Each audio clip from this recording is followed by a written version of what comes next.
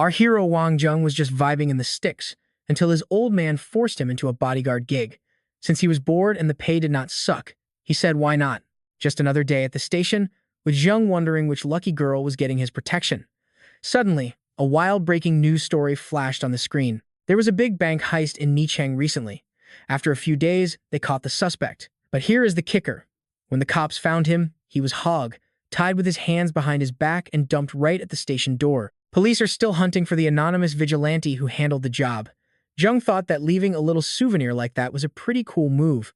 Zheng smirked at the news because that criminal was basically his masterpiece from the night before. Right on cue, his train finally rolled into the station. Zheng blended into the massive swarm of people pushing their way onto the train. He pushed through the crowd, but one guy was definitely not feeling it. "Move it, man. That is my seat," Zheng snapped. The dude looked up, totally annoyed that anyone had the guts to talk to him. He glared at Zheng, making zero effort to hide his ego, and started trash-talking him like he was some clueless country bumpkin. The guy was a massive unit but acting like a total brat, so Zheng stayed cool and did not take the bait. He just calmly repeated himself. "Look, man, this is my seat. Now, get up and move." This guy was not just immature.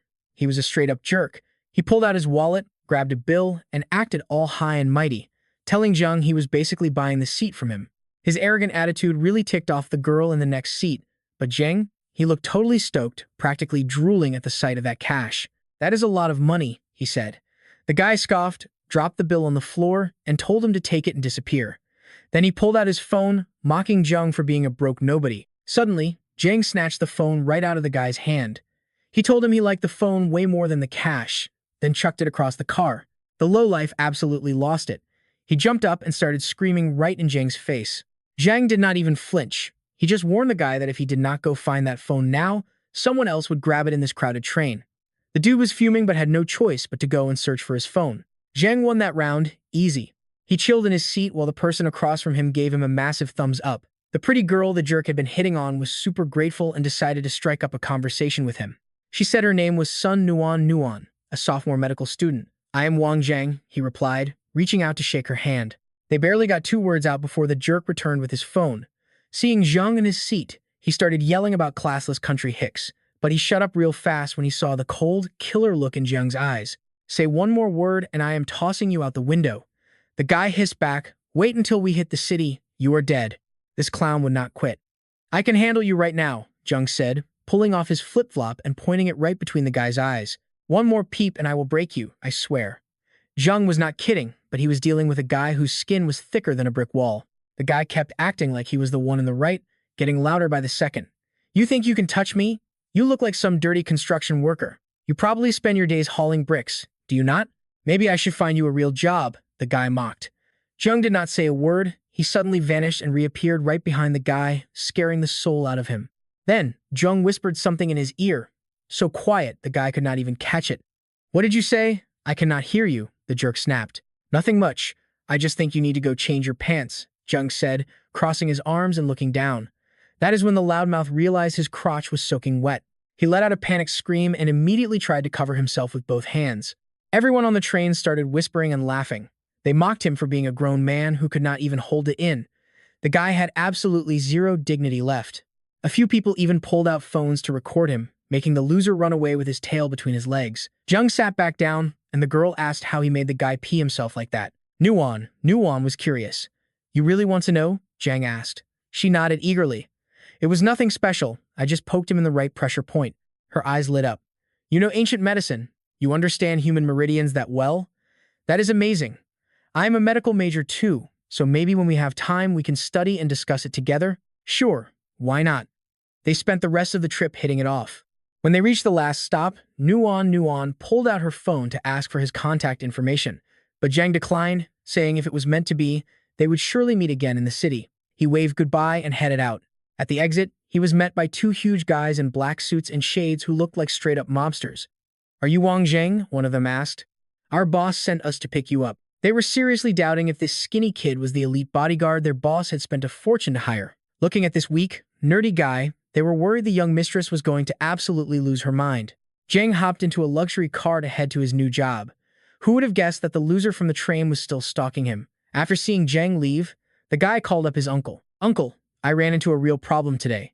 Can you help me out?" Meanwhile, The car carrying Zheng pulled up to a massive, flashy villa that nearly blinded him. The two men led him inside to the living room. A blonde girl was sitting on the sofa with her back to him. Zheng checked out her figure and gave her a solid 75. "Mistress, per your father's orders, we have brought Mr. Wang here. He will be your new elite bodyguard from now on." The men started their report. The girl was so ticked off, she smashed the TV remote on the floor and stood up. "I already have you guys. Why does my dad keep trying to control my life? I cannot take this anymore." She spun around, and Zheng froze for a second. Looking at her face to face, he had to upgrade her score to at least a 90. While Zheng was busy staring at her, she was sizing him up too. But her first impression of Zheng was just some scruffy young guy with a beard like an old man. Dirty clothes and flip-flops? This rich girl was not having it. "Why is this total slob standing in my house?" she demanded. "He is getting the floor filthy. Get him out of here right now," she yelled. The two men were stressed, knowing her obsession with cleanliness was about to cause a total meltdown. Wang Zheng saw the mud on the floor, kicked off his shoes, and tossed them aside. But before those dirty kicks even hit the tiles, the girl looked like she was about to explode from pure disgust. "Zhang Yang." The heiress screamed so loud that the man next to her nearly jumped out of his skin. "I do not care if my dad hired this loser. I am Shangwan Shishi and I refuse to accept this. Get him out of my house right now." Zhang Yang was stuck in a tough spot. He could not figure out why his boss picked such a sketchy-looking dude to be the personal bodyguard for a high-profile lady like her. But Wang Zheng did not even flinch at the shouting.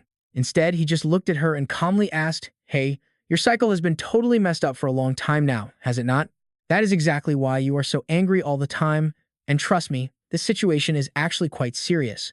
Shishi was so embarrassed, her face turned bright red. She pointed a finger right at him, called him a total pervert, and then bolted straight into the house. Zhang Yang saw that and gave him props with a grin. "Not bad, kid. I have never seen anyone shut that girl up so fast in my entire life. It is nothing." Wang Zheng replied with a smirk. "If she wants to play games, I am more than ready to have her crying to a steady beat in no time." Zhang Yang put his arm around him to talk, but Wang Zheng noticed the dark circles under his shades. "Hey Zhang, those eyes look rough. Is the wife keeping you up with all that nagging at home? Man, you actually noticed? To be real with you, I have zero power at home. You got a fix for that, little brother?" Zhang Yang asked, looking totally surprised and impressed. "Since we are brothers now, I will help you out." Zhang Yang went from hating the guy to thinking he was actually pretty cool and worth sticking his neck out for. While they were bonding, Shishi came back with two absolute smoke shows. On the left was Cheng Fei, the design director for the Blue Sea Group, looking very professional. On the right was Han Xingye, Shishi's rich bestie who came from a very high-class family. Seeing all three together was like looking at a masterpiece. Wang Zheng gave them a solid 90 out of 100. He was proud of his self-control, because any other guy would have had a massive nosebleed right then and there. Han Xingye stomped over to Zhang Yang with her hands on her hips. "Zhang Yang, who on earth is this dirty-looking loser anyway? Is this the guy who made Shishi cry?" Zhang Yang felt awkward because the big boss hired him personally, but these girls were being totally bratty. Luckily, Wang Zheng did not seem to care at all. "Let me handle this." After hearing the whole story, Cheng Fei, who was the oldest and most mature of the group, stepped in to smooth things over with everyone. She knew he was a top-tier bodyguard, even if he was dressed in rags and looked like a total mess. She told Zhang Yang to take him to his room. Once they were gone, it was just the three girls left in the living room. Shishi started begging Cheng Fei to help her find a way to fire the guy immediately. Cheng Fei just looked at her, feeling totally confused. Why kick him out? The more the merrier, and maybe he can actually fix your little problem. Shishi did not know what her deal was, but she just pouted and looked away. "A dozen doctors could not fix me, so what is this guy going to do? Seriously, Cheng Fei, whose side are you even on right now? Look, Shishi, if your father hired him, then he must be something special. Having another person to protect you means you probably will not get kidnapped like what happened last time." Cheng Fei tried her best to convince her, but Shishi still looked like she absolutely hated the guy. A little while later, he finished his shower and stepped out. Wang Zheng looked so clean and sharp that all three girls just stood there with their jaws on the floor. Han Xingye was the first one to snap out of it. She stopped calling him a dirty loser and went into full fangirl mode instead. "Wang Zheng, your skin is actually amazing. You are so handsome." Wang Zheng just joked back with a smirk on his face. Yeah, she was loving the look and the smooth talk. She started clapping like a total dork. Seriously, this girl was obsessed with hot guys. Cheng Fei had to fake a cough to get her to chill out. She told her to focus, then turned back to Wang Zheng with a totally serious look on her face. "Wang Zheng, if the big boss hired you himself, you must have some skills. How about you show us what you can do so Shishi can finally stop worrying about you? Show you something? Wang Zheng thought about it for a second, but he honestly did not know what to show them. He asked Cheng Fei for her jacket, but Shishi suddenly jumped in front of her like a shield and gave him a look that could kill. What are you trying to do to her, you pervert? Shishi was screaming, but Cheng Fei stayed completely cool and calm through the whole thing. She slipped off her jacket, calmed Shishi down, and handed it over. Wang Zheng took it and gave it a long sniff before opening his mouth to speak. Have you been feeling weird lately? Cheng Fei's eyes went wide because he was spot on. He explained that the perfume she was wearing was definitely not your average scent. It is actually a type of drug that can paralyze your nervous system. The effect is very subtle, so it is hard to notice. But if you use it for too long, your mind will go soft, and you will just do whatever people tell you to do. Cheng Fei started panicking. How is that possible? I literally bought this bottle from an official store myself. Someone might be coming for you, but do not worry, just stop wearing it and you will be fine. Besides, I am here now. No more sketchy drugs on my watch. Even if some hitman tries to take you out, I will make them regret ever being born for even thinking about such a stupid move. He was so confident that Cheng Fei was totally sold. She jumped up and told him he was coming shopping with them to get some fresh gear for his new job. So, Wang Zheng followed the three girls out. Everywhere they went, people were staring, everyone was whispering and wondering who the heck this guy was and how he got so lucky. How did he land 3 10s at the same time? He's either a rich brat or just really lucky trash. Either way, people figured he had to be up to no good. Wang Zheng heard every single word and it really ticked him off.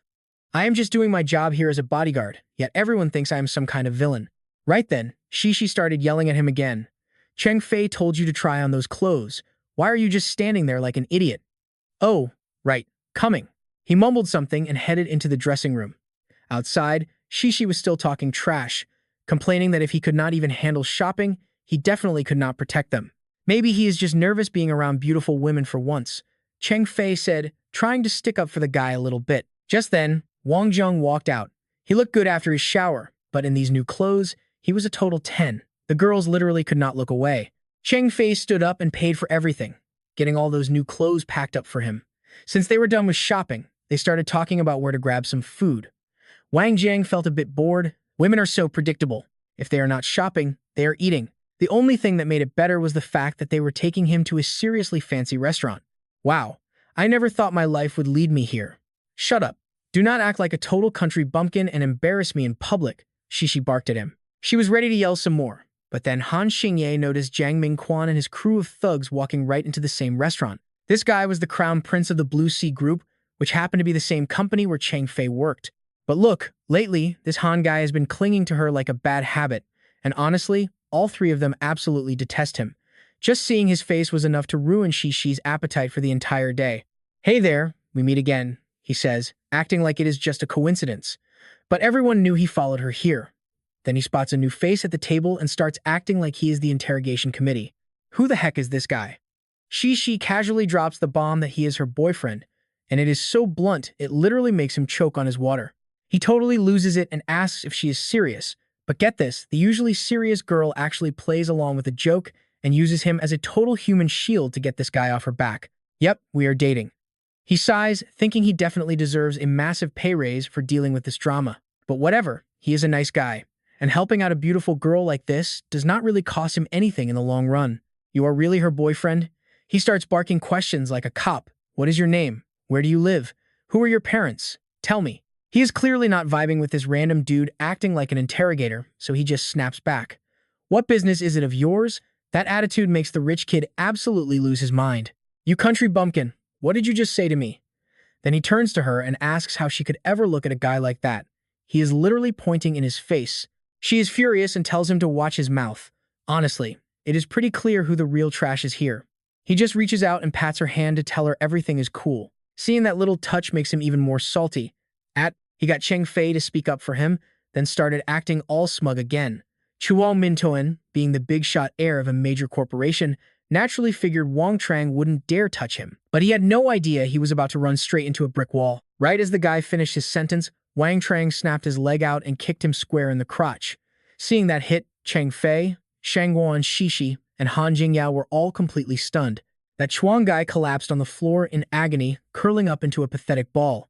Wang Trang wasn't about to stop there, though.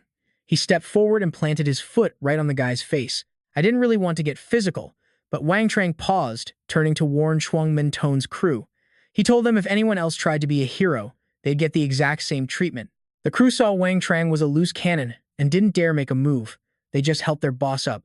As they retreated, Chuang kept gritting his teeth, throwing out weak threats. You just wait. This isn't over by a long shot.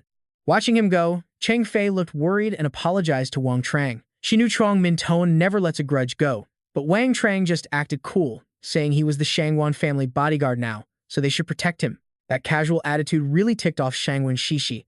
Unbelievable. The cool image I had of you just totally crumbled, she snapped. Wang Trang just shrugged. I really don't care what kind of image you have of me in your head. Besides, I'm a man, not some irregular period. Wang Trang replied with a straight face. Shangwan Shishi was so stunned by his comeback that she slammed the table and stood up, totally speechless. Han Jingya watched this and couldn't help but giggle, realizing her best friend had finally met her match. After that little drama, they all settled down and started having their meal together. They hadn't been eating long when a group of stern-looking police officers burst in. They claimed they got a report about a fight and were there to handle it. Lagging right behind them was Chuang Mintone, being supported by two people. Shangguan Shekshi and the others looked at him with pure disgust. This guy is such a drama queen. It was just one kick to the junk, Cheng Fei muttered. But then she realized the lead officer was Wang Hoa Bin, the deputy chief of criminal investigations. He wasn't someone you wanted to mess with. Wang Trang couldn't care less about the guy's title. He just straight up mocked Chuang Mintone for being a coward. Calling for backup because you lost a fight is pretty pathetic for a grown man. But a lowlife like Chuang Mintone didn't care about his dignity. He just pointed a finger at Wang Trang and started whining to Wang Hoa Bin like a spoiled little kid. So, do you have any proof you didn't assault him? Wang Hoa Bin asked, sounding pretty threatening. Wang Trang just laughed. It's pretty hilarious that nowadays you need evidence to prove you didn't do something. It was obvious right then that Wang Hoa Bin wasn't exactly a fair cop. Before Wang Trang could say a word, the young heiress jumped in, insisting all three of them were there to witness everything. Chuang Mintone is just making stuff up to frame him, she cried. But Wang Hoa Bin just sneered. You guys are clearly his accomplices, so your word doesn't mean a thing. She demanded to know why that jerk's one-sided story was believable while her word was trash. Then came the answer. Because he has a very powerful father. It was as simple and corrupt as that. This time, Wang Trang answered for the officer in a super sarcastic tone. Chuang Mintone didn't even look embarrassed. He just stood there looking smug, thinking small-time losers, like Wang Trang could never touch him. Wang Trang slowly stood up, even though Wang Hoa Bin was blocking the path. Then, somehow, just like he did to that thug on the train, he suddenly appeared right in front of Chuang Mintone. Wang Trang swung his hand and delivered a slap so hard it left 5 fingerprints and a chilling warning. Next time I catch you on these streets, I am putting you in a coffin. Mark my words, starting today, Han Tingyao was the very first person to actually snap back at this whole crazy situation. She stood up, clapping like crazy and cheering for Wang Zheng's skills. Nobody expected that scumbag to snap and pull something from his belt. Even Wang Huaping panicked now.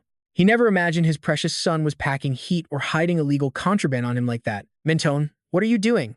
He tried to hold Chuang Mintone back, but the kid was blinded by rage, finger already squeezing the trigger. Too bad for him, though. Right as he was about to fire, Wang Zheng pulled a ghost move and appeared behind him with insane, lightning-fast speed. His massive hand clamped around the guy's throat while the other snatched the gun away. Chuang Mintone was completely helpless now, gasping for air. Let go of me, he managed to choke out, struggling to breathe. All right, since we're dealing with a total lowlife, there's no reason to be polite anymore. Wang Zheng tightened his grip, making sure Chuang Mintone could not even catch a single breath. The situation was obvious, but Wang Huaping played dumb and blamed Wang Zheng for causing a public scene. Behind him, 2 of his henchmen pulled their weapons and aimed them straight at the center of the chaos. Wang Huaping threatened to open fire if Wang Zheng didn't let go immediately, but the more the old man barked, the harder Wang Zheng squeezed Chuang Mintone's neck, showing zero signs of backing down. Honestly, you guys should save your energy. Let me explain my personal code of conduct. Wang Zheng spoke with a totally chill and relaxed vibe, acting like he held all the cards. He said, Rule number 1, I protect what's mine, so don't even think about bullying my people, especially the ladies. Rule number 2, I'm a very petty guy. If you mess with me, I'm coming back at you 100 times harder. Rule number 3, I am really not the type to give long lectures. If you don't mess with me, then I won't mess with you. But if you dare touch me, I won't hesitate to send your whole family straight to the grave. Wang Huaping listened closely. After years on the force, he knew Wang Zheng wasn't just talking trash. This kid was dangerous. Meanwhile, that idiot Chuang Mintao was doing what he did best, causing massive headaches that the old man had to clean up. This was a total mess. If Wang Huaping pushed too hard, he'd set Wang Zheng off. But if he backed down now, he'd look like a complete joke in front of everyone. He was stuck between a rock and a hard place. Captain Vuong Hoa Bin tries to play it cool. Look, I am not taking sides here. Mintone is carrying illegal heat, and you. Look, by law, I have to take everyone to the station. Suddenly, a voice cuts in. Who thinks they are arresting my lady? This dude rolls in with a whole squad, storming the restaurant like they own it. He marches straight to the three girls. Thanks for the heads up, Fan Fai. The boss heard his girl was in trouble and sent me to handle things. Tinda sees her backup has arrived and immediately starts acting like a victim. Lai Qian, thank God. We were just minding our business, eating dinner, when these cops started acting like total thugs and tried to drag us away. Plus, that creep Mintone is disgusting. He was hitting on Fan Fai and bothering me too. She stops for a dramatic beat, and he would not stop staring at my chest. I am just a kid. After being harassed like that, who is ever going to want to marry me? She lets out some fake sobs. Lai Qian is fuming. Now, Mintone is definitely a dirtbag, but it was pretty obvious that Tin Da was totally framing him. He could not just sit there and take the blame. He explodes. You crazy brat. What are you talking about? Nobody wants to look at you. Uncle Vuong, do something. Since Captain Vuong is not moving, he gets even louder. Uncle, why are you just standing there like an idiot? Arrest them already. Even with all that screaming, Captain Vuong stays frozen. Hey, sounds like you still have not figured out what is actually going on here, buddy. Seeing how clueless he is, she decides to give him a quick history lesson. The Han family is basically martial arts royalty with a long line of high-ranking military officers, and she is the family's eldest daughter. Mintone's face goes totally white. He was so focused on Fan Fai that he never bothered to check who her friends were. Sure, his family has some pull in the business world, but a little cash won't save him now. He tries to backtrack instantly, swearing he was not staring at her chest or trying to harass anyone. Lai Qian is not buying any of it. Seeing him charge forward, Wang Tran plays along and shoves the creep right into Lai Qian's path. Boom! One punch from Lai Qian and Mintone's tooth goes flying. Tin Da is loving the show, clapping and screaming for him to keep hitting the guy. Thai keeps a straight face, but she is definitely enjoying seeing this jerk get what is coming to him. Lai Qian keeps swinging until Mintone is a heap. He is a total mess, reaching out to Captain Vuong for help. But the captain is just a small fish. There is no way he is crossing the Han family. He is stuck between a rock and a hard place. Vuong Tran just smiles. Officer, if I were you, I would just look the other way. After all, the Han family patriarch is way more powerful than this loser's father. Tran is right, so the captain just stands there and watches the beatdown. He only stops once Tin Da is finally satisfied. Meanwhile, Wang Tran secretly pricks the captain's shoulder with a tiny needle. Nobody is quite sure why yet. Once they are gone, the captain finally exhales. That was a close one. Dinner is over, and the four of them pile into Thi's convertible to head back. The whole way back, Tin Da won't shut up about how this was the best day ever, especially when Wang Tran landed that kick to the guy's groin, totally epic. While they are all chatting, Wang Tran suddenly gets serious and turns to the driver. Hey, Thi, just how good are your driving skills anyway? What is it to you? You are just my bodyguard. Who gave you permission to use my name? Call me miss, got it? Thi snaps back. Fine. See if you can lose that car behind us. It has been on our tail for a while now. Thi checks the rear view and realizes he is right. Fan Fai grabs her phone to call the boss while Thi slams it into gear and floors the gas, picking up speed fast. She manages to put some distance between them, but both their phones are dead, no signal. Great. I should have just let Lai Qian drive us home instead. Thi keeps driving, but the car behind them is good. They are already closing the gap again. Just running isn't going to solve this problem. She is starting to panic, especially seeing Vuong Tran just chilling and looking at the scenery. Tran, you are the bodyguard. Stop staring at trees and help. Bodyguards are for fighting, not for brainstorming, Tran replies. Are you even going to help? Look, I am a guy. It is not like I have mood swings. He just shrugs. He has used that line 3 times today, but it still works perfectly to annoy the hell out of her. Fuming, she floors the gas. The car is flying now. Tran nods. Good. Keep this up. Don't head for the villa yet. Find somewhere with fewer people around. She listens. Another hour passes and that car is still stuck to them like glue. Why have we not lost them yet? Tran is secretly impressed by her driving. He did not see it before, but this girl has some serious skills. Only problem is, she only has about an hour of fuel left, and she is panicking. Compared to her, Vuong Tran is acting like he is on a Sunday drive. He just tells her to keep going until the tank is empty. She is really starting to doubt this guy. Her dad hired him and said to treat him well, but right now, she is not convinced he can protect her. Meanwhile, the guys in the chase car are exactly where they want to be, forcing her to drive right toward the old bridge. They have got the next part of the plan ready for the bridge. Reaching the edge, Thi panics again. Tran, what do I do now? Right ahead is the bridge at Mount Deep Me. Tinda hears the name and starts shaking.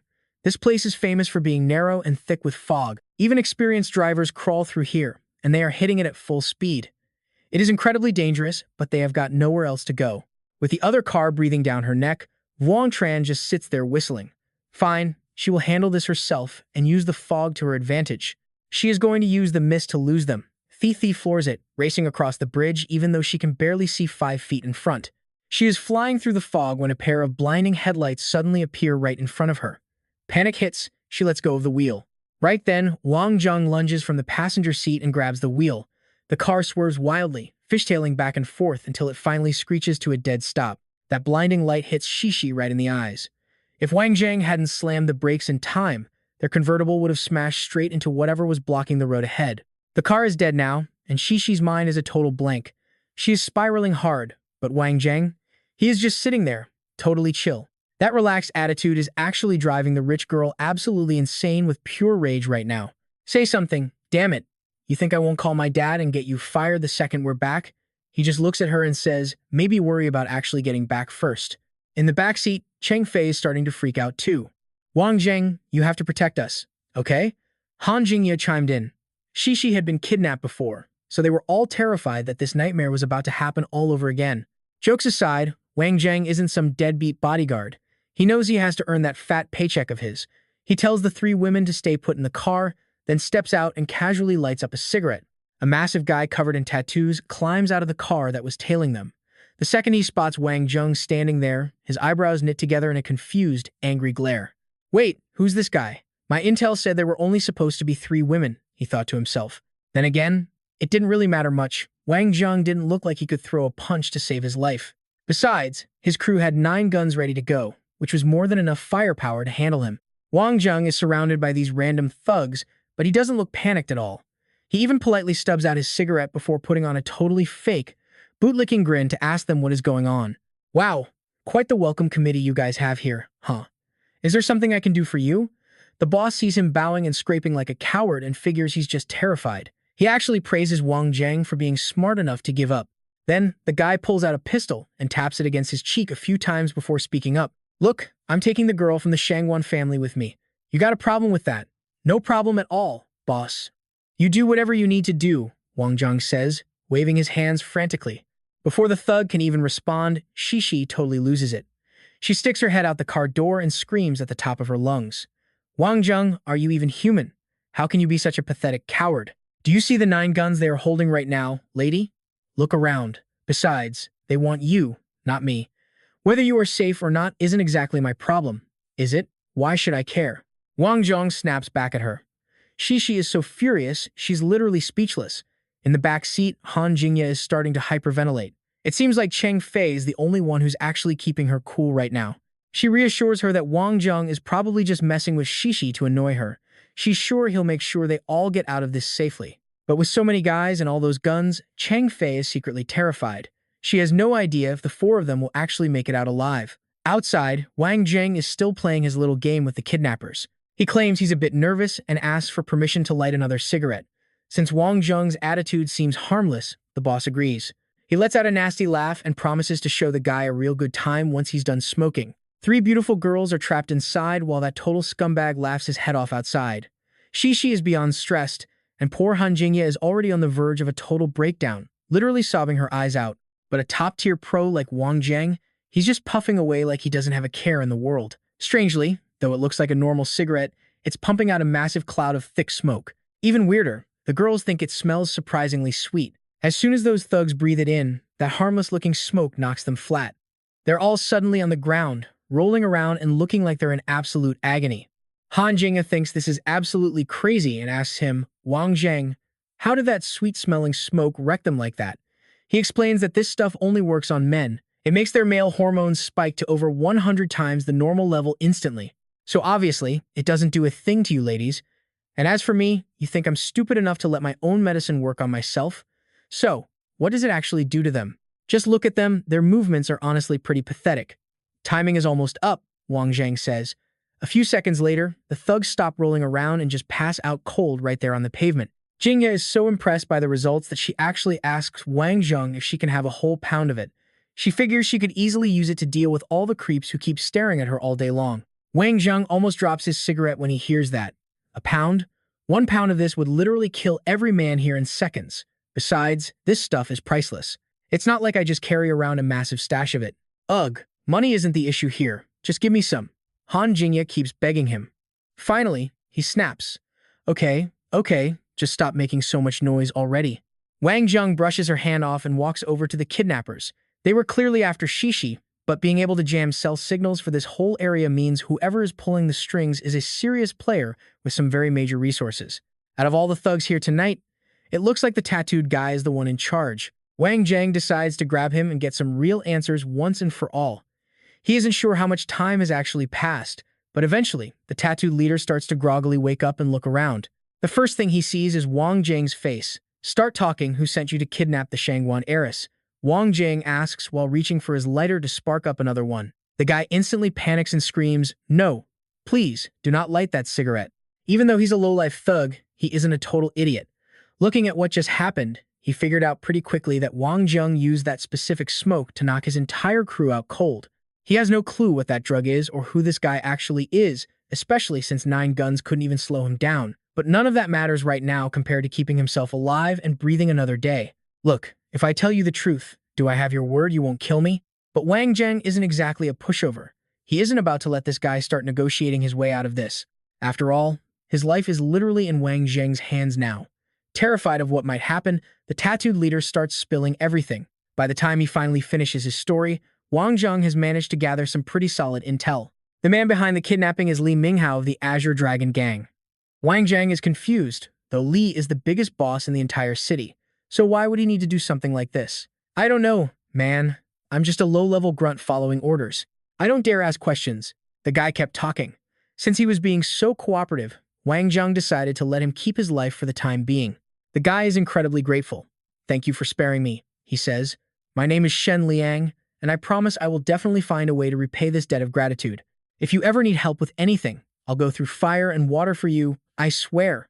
He's just saying it to kiss up to him, but Wang Zheng looks at him and says, "Hey, you are the one who said it." Shen Liang freezes. He realizes he just dug his own grave. Wang Zheng sits down right in front of him with a terrifyingly dangerous smile and says that, as a matter of fact, he does have something he needs help with. Shen Liang is screaming no on the inside, but he doesn't dare to upset the guy. "Boss, please, tell me what it is. If I'm capable of doing it, I definitely won't turn you down." But just as the guy opens his mouth to speak, Wang Zheng flicks a mysterious little pill straight into it. The pill flies into Shen Liang's mouth, and he swallows it before he can even react. He starts coughing frantically and panics, trying to gag himself to get it out. "I'm not trying to kill you," Wang Zheng says calmly. Vung Tran just laughed. "I call this 3 months to die. It is a custom slow-burn poison that takes exactly 90 days to finish the job. If you swallow this, you have 3 months to find me for the antidote, or your body slowly starts to rot until you finally die. There is absolutely no other cure. I am the only one with the antidote. Taking any other medicine will only make the poison bite harder. Don't even think about taking a cold pill, or even heaven won't save you." Then he told Themlung to head back and explain everything to Li Minhar. "Tell that idiot Li Minhar that I, Vung Tran, am finally back in town and ready for him." That night, Thumlern crawled back to headquarters and told Li Minhar every single detail about the disastrous encounter he just had with the guy. He bowed his head, apologizing for the massive failure. Meanwhile, the other thugs in the room started whispering and talking trash about his pathetic performance behind his back. Wow, he talked a big game about handling it himself, but look at him now. Thumlern was our top guy, so how did he get wrecked like this? It is embarrassing. Honestly, I am glad he messed up. If he kept getting promoted like that, the rest of us would never get a chance to show our skills. Total joke. Thumlern heard it all, but with Li Minhar there, he just gritted his teeth. Finally, Li Minhar put out his cigarette and looked at him with a cold stare. "You sure you are not leaving anything out?" Thumlern started stuttering. "Well, the guy did say one more thing to me before I left the scene." "What else did he say?" Li Minhar snapped. "He told me to tell you that Vung Tran is officially back and he is coming for you." Instead of getting angry, Li Minhar just started laughing. If that is the case, he probably called me a total idiot as well, didn't he? Thumblearn was shocked. He had censored the insults to stay alive, but his boss already knew. These two definitely have some serious history between them. He turned around and poured himself a glass of expensive wine. If he is really back and messing with our plans, we can forget about the girl for now. Li Minhao took a sip and stared out the window. I have waited a long time for this day. Vung Tran, I have finally found you again. Back at the villa, Thurn Quan Thi Thi was absolutely losing her mind. She could not believe he let the guy go and wanted that kidnapper dead immediately. Look, you have to let the small fish go if you actually want to catch the big one. It is a simple strategy, so why don't you understand it? Vung Tran replied, but Thi Thi already hated him, so she figured he was just making excuses. Only Fan Fai seemed to actually trust the way he handled the situation. When Thi Thi realized her friend was taking his side, she got even more annoyed. She just could not stand that the guy was acting so cool. Thane Phi called the old man to report the incident and asked for more guards, but he refused. He told her that having Vung Tran there was enough protection. This proved just how much respect the old man had for him. Thi Thi hated it, but when her father spoke, she had no choice but to listen to him. She let out a long sigh and slumped onto the sofa. Suddenly, a sharp, stabbing pain hit her stomach, making her face turn completely pale with agony. Vung Tran saw her expression and asked what was wrong. Before she could answer, Thane Phi explained it was just her monthly struggle with intense period cramps. For some reason, her pain was way worse than normal. Painkillers did not do anything at all, and every month she just had to suffer through the misery. Since no doctor could fix it, Thane Phi asked Vung Tran to take a look, knowing he was a master of traditional Chinese medicine and healing. Despite their constant bickering, he could not watch her suffer. Lie down, he said. I will give you a massage to kill the pain. Just don't touch me anywhere else. Relax, he replied. I only go for women with actual class, and you definitely do not fit that description, so you are totally safe with me. He started the massage, and as usual, his words made her blood boil. Normally, she would have started a fight, but something felt very different this time. She stayed quiet because the pain was actually vanishing. It felt like a warm wave was washing over her body, making the discomfort disappear completely. Vung Tran stopped, and Thi Thi suddenly felt a bit empty without his warm hands. He promised to continue the therapy tomorrow, explaining that his special treatment would finally cure her. Suddenly, she saw him in a new light. Even though they fought all day, she actually managed to blush and mutter a small thank you to him. The moment lasted 3 seconds before he jumped up, saying he had to wash his hands. Her gratitude died instantly, and her temper flared back up again. You total jerk, get out of here, before I lose it. Even though those two were like fire and ice, Thane Phi realized he was a man they could rely on. Once he left the room, she found a moment to talk to him alone.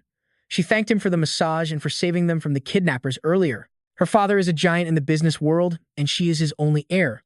That makes her a huge target for every rival and enemy in the city. Even people inside the family want her gone so they can force her father out of power. It is a dangerous game they are playing for control.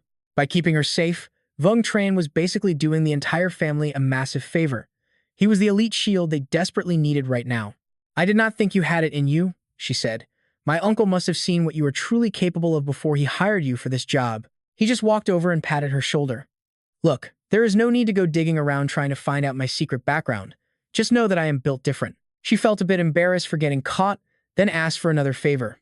Thi Thi grew up without her parents around, so she is a bit spoiled and rude.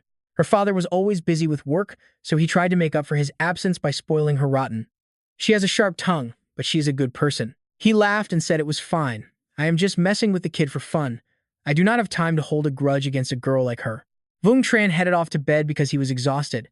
Thane Phi just stood there, wondering about the true identity of a man who earned the master's absolute trust. Inside a massive high-rise office, Thumblearn respectfully asked his boss if they were really going to abandon the plan to kidnap the girl and stop the mission. Li Minghao just tossed some papers on the desk.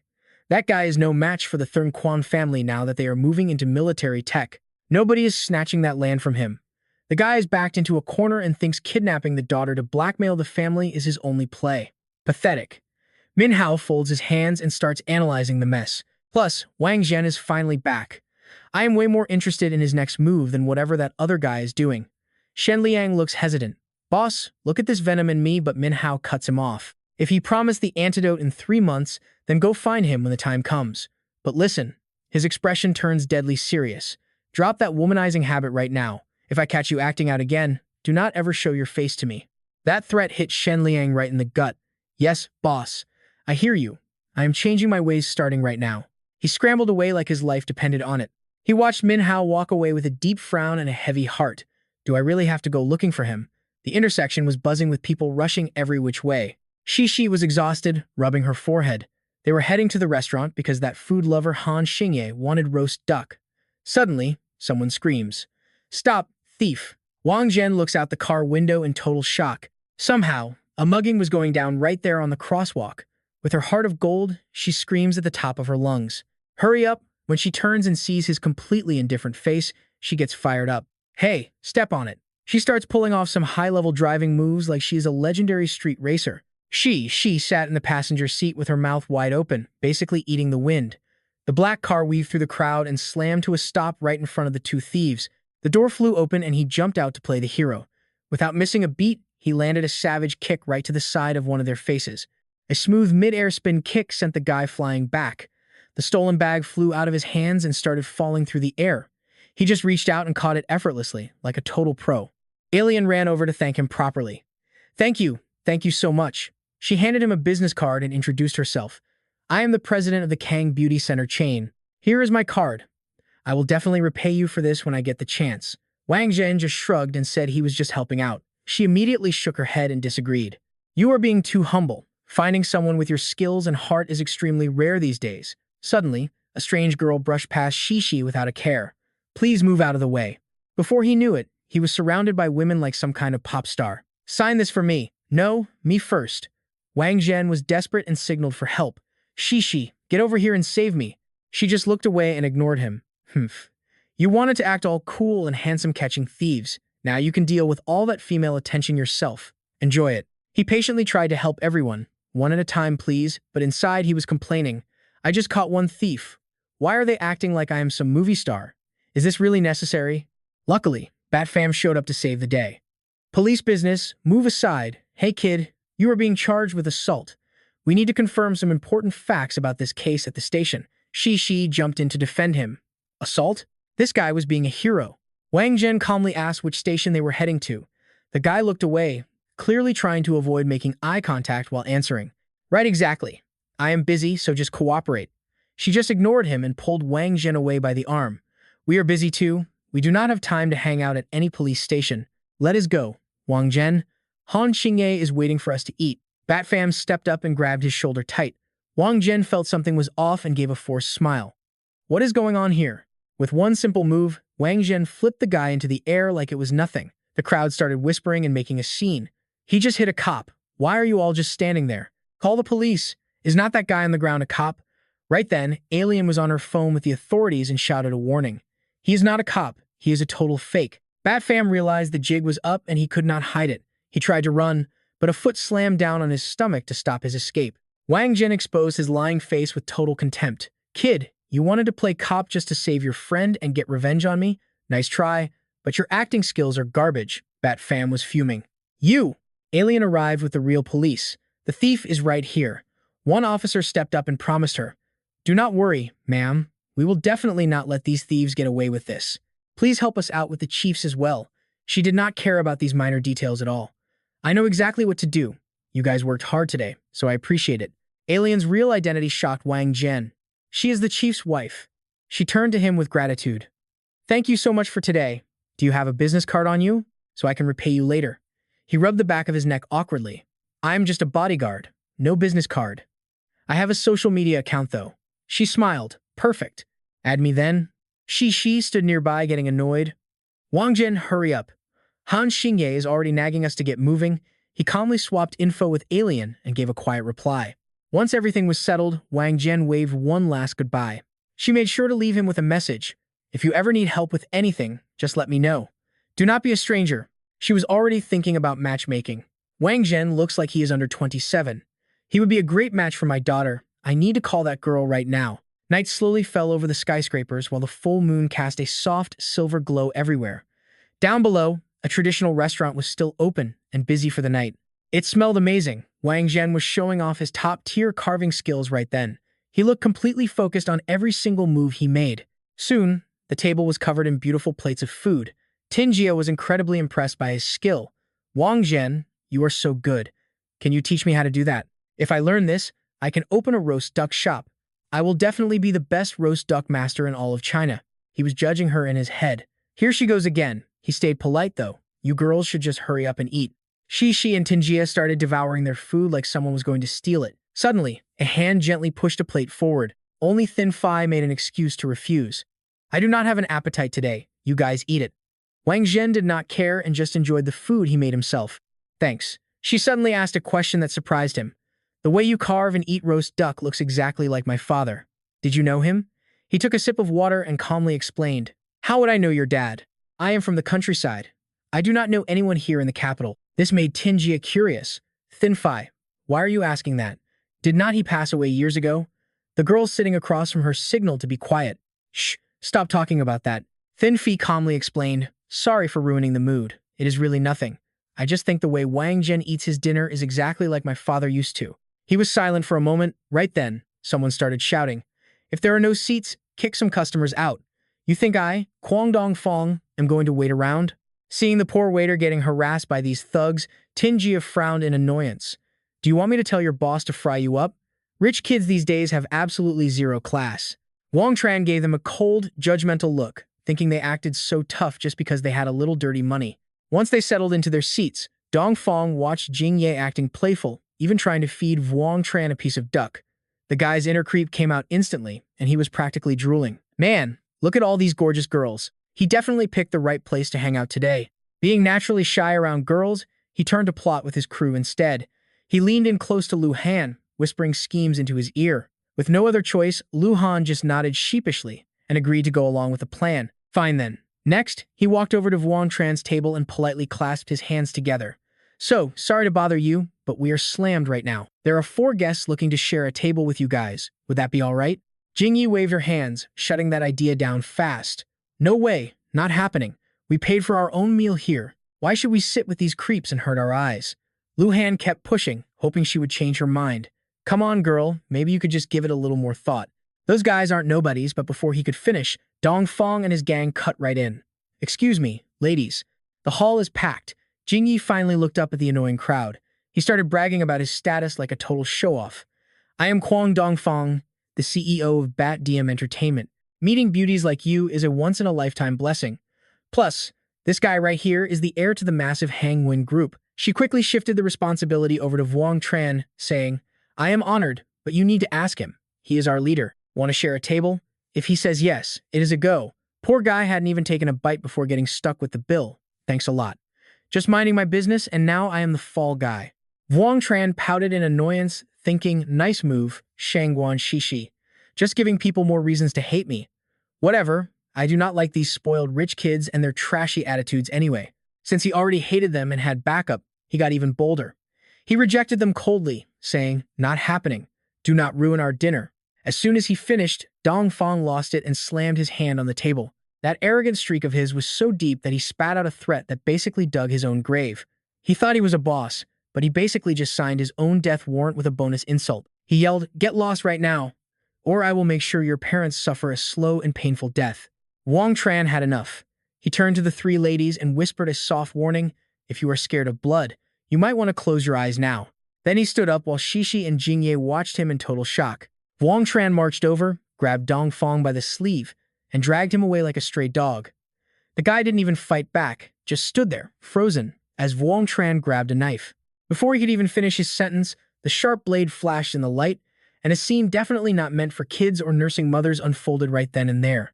Dong Fong let out a scream of pure agony, staring in horror at the brand new tattoo on the back of his hand. He was no singer, but that high-pitched scream gave Wang Tran such a headache he had to shut him up.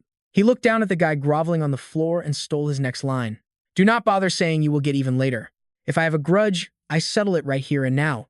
Our hero acted like he had eyes in the back of his head, shutting down the henchmen's moves before they could even start. As for the rest of you, if you try calling for help or making a scene, you will end up just like him. After dealing with the trash, Wang Tran turned his attention back to the food on the table. Stop looking at me like that. You threatened my parents. Not cutting your tongue out was me being generous. This display woke up Jingye's wild side, and she started clapping her hands in excitement. Wang Tran, I am starting to like hanging out with you more and more. Lu Han was stunned by the sudden turn of events. Feeling helpless, he turned to the newcomer for help and shouted, Director. Hao Nian acted like he didn't see the bloody mess over there, staying professional and doing his job. Mr. Wang Tran, Someone in the Emperor Hall would like to invite you over for a bit. Also, your bill has already been covered by him. Those 3 words made Jingyi gasp.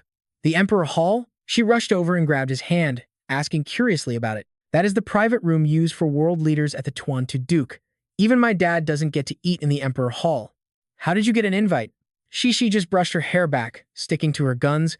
He is probably just a scammer. Thin Phi didn't agree or disagree, just kept her thoughts to herself. Only innocent Jingye kept pushing, urging Wang Tran along. Come on, hurry up. Do not keep them waiting for too long, okay? Honestly, I have never been inside the Emperor Hall either. He shyly reminded her, hey, stop pushing me. Before they got far, Hao Nian blocked her path. So sorry, but they only asked for Mr. Wang Tran. Jingyi didn't get her way and immediately started acting like a spoiled brat, nearly in tears. But I want to see the Emperor Hall too. Then Phi stood up to warn her friend.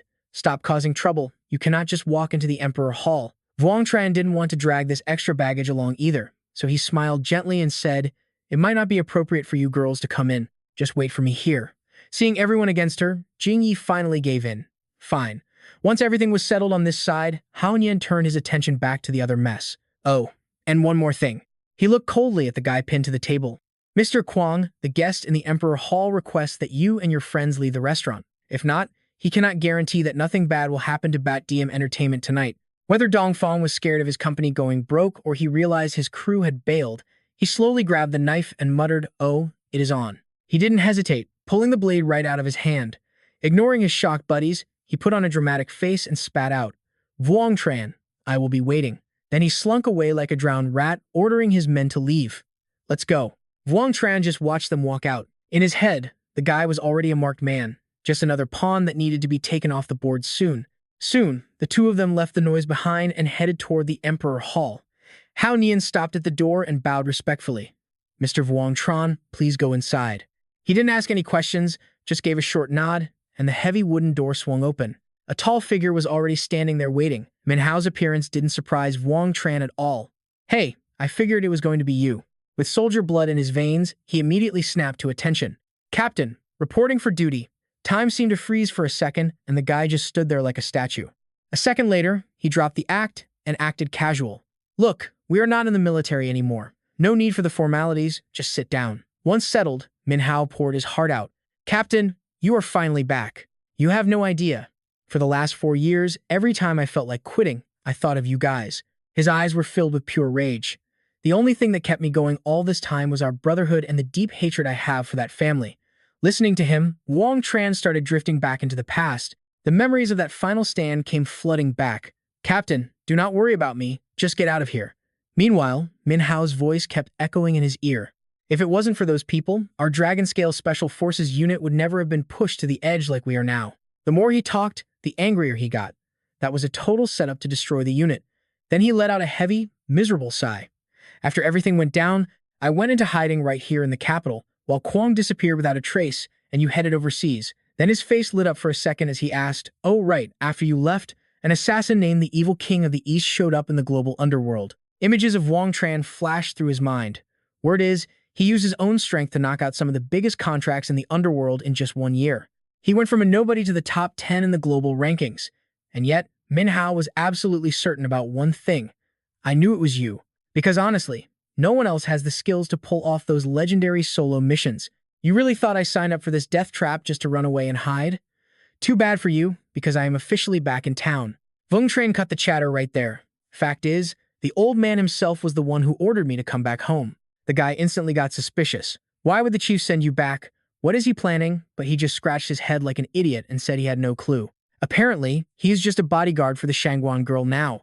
Wang Tran knew things were about to pop off. It was time to move. After the Dragon Squad was framed and scattered 4 years ago, there was no way the chief was going to just let that slide. Min He's fists tightened while his teeth stayed gritted. If the big boss is finally making a move, our chances for some sweet revenge just went through the roof. But he shut that down real quick. Look, we are definitely getting even for what happened 4 years ago, but not today. Wang Tran kept his cool the whole time. Right now, we simply are not strong enough to take those losers down yet. They switched topics to something a bit more hype. Let's talk about some good news for once. I actually found one of our family members, a real relative. Wait, we still have family left? Turns out it is Cheng Fei, old Cheng's daughter. And get this, Someone actually hired her to kidnap Shangguan Shishi. Not long after that, the moonlight was shining bright over the massive mansion on the mountain. The second they got inside, Tindar started buzzing in his ear. She tried threats and bribes the whole way, but couldn't get him to spill a single word. Vung Tran, were you in intelligence or something? Your mouth is locked tight. She wasn't quitting yet and tried to flirt her way to the truth. Come on, just tell me who was in the Emperor Hall.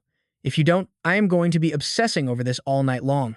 If I lose sleep, I will look like total trash, and you won't get to enjoy seeing this pretty face anymore. Vung Tran looked at her like she was actually crazy and told her to stop talking nonsense. He pushed her hand away. You want the Emperor Hall's secret. You really think a little flirting is worth a trade like that? Then he gave her this creepy look. If you make me feel nice and comfortable, maybe I will think about telling you everything. But Shishi jumped right in, calling him a total pervert and trying to slap him. He caught her arm fast. Where is your head at? I meant I was going to take a nice hot bath to relax. That is it. If it wasn't for certain girls acting out, I wouldn't have had to get physical with those rich punks and end up smelling like a locker room. Vung Tran's words cut deep, leaving her totally speechless and boiling with rage. He just turned his back. Enough talk, I am showering. Tindar watched him go, annoyed that he found a way to dodge her. She couldn't help but ask, Shizi, you guys share a room. You seriously don't know anything about who this guy hangs out with.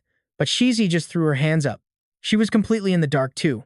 Ever since he showed up, he's been like a shadow. I never see him meeting anyone. Before tonight, I thought he literally had zero friends. While they were gossiping, Thirn Fee showed up and grabbed Tindar's hand. It is late. We need to go home. Tindar wanted to stay, but she had no choice. She got hit with a major lecture. Look, I already asked Uncle Shangguan about it. He just said that sometimes, not knowing the truth is actually better for everyone involved. I trust his judgment. Besides, when it comes to that Emperor Hall stuff, we should really stop poking our noses into messy business that doesn't concern us. But that just made Shishi feel even more frustrated. Ignorance is bliss? Yeah, right. What is Vung Tran actually hiding from me? A little while later, she watched as his bedroom door slowly creaked open. Determined to find the truth, Shishi decided to do some undercover snooping while he was busy. She quickly spotted a suspicious suitcase. Stupid thing, why is it tucked so far back? Suddenly, Vung Tran caught her red-handed. Hey, what exactly do you think you are doing? She jumped up fast, but her face turned bright red the second she saw him. He was standing there with nothing but a towel wrapped around him. Shishi was totally freaking out. You! Get some clothes on. Shishi screamed her head off. You pervert, why aren't you wearing any actual clothes? Vung Tran just shrugged. This is my room, so I can do whatever I want. The real question is, what are you doing in here? He stepped closer and lifted her chin, acting all smooth and mysterious. Sneaking into my room in the middle of the night? Are you trying to give your humble little bodyguard some kind of special reward? She realized how bad this looked and pushed him away in a total panic. I just took a wrong turn, okay? You jerk. As if I would ever care about what you are doing anyway. Vung Tran tried to defend himself. Hey, you are the one who barged into my room. You're the creep here. Shishi stomped off in a rage, but not before yelling a threat. Just you wait. I am telling my dad to fire you tomorrow. He noticed the suitcase peeking out from under the bed and stood there, thinking to himself, is she really that into me? Then, Vung Tran knelt down and opened it up to see what was inside. It was packed with clothes, but a photo on top caught his eye immediately. He picked it up and studied the faces in the picture. Cut to a random coffee shop later on. He was just sitting there, chilling and sipping on a drink. His eyes drifted over to the mall entrance across the street. Vung Tran started flashing back to the past. That perfume she was wearing wasn't normal at all. To be exact, it was actually a drug designed to paralyze someone's nervous system. It is super hard to detect, but if you use it too long, your nerves just shut down forever. It basically turns you into a puppet that anyone can control. His explanation left Thirn Fee absolutely stunned. She still found it hard to believe. How is that even possible? I bought this perfume myself from a high-end designer store that I trust. Right then, his phone buzzed loudly on the table, snapping him back to reality. He picked it up to read the text. It was the intel report he had requested. Honestly, the import records from the last 6 months looked totally normal. Sorry if that is a major disappointment. Vung Tran kept running the numbers in his head. The main store was clean and didn't leave a single trace behind. The records were so perfect that not even a drop of info leaked out. Whoever is targeting Thirn Fee is definitely a professional. Suddenly, a woman walked up to him and asked if the seat next to him was taken. He gave her a quick look and rated her a solid 85 out of 100 points in his head. She sat down directly across from him and handed over her official business card. Hi, I am Trung Min Ki. What is your name? He calmly answered her, I am Vung Tran. She held out another card for him. Vung Tran took it and realized she was the eldest daughter of the Trung family. I guess you aren't here to get revenge for your little brother, right? Min Ki shook her head. No, he brought that fight on himself. Actually, I came here today because I need your help with two specific things. He liked her attitude. It's rare to meet a gorgeous girl who is actually this reasonable and cool.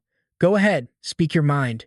She didn't waste any time at all. Manager Thurn Phi is an incredibly rare talent for our company, Lam Hai, and we need her. I really hope you can help me convince her to stay.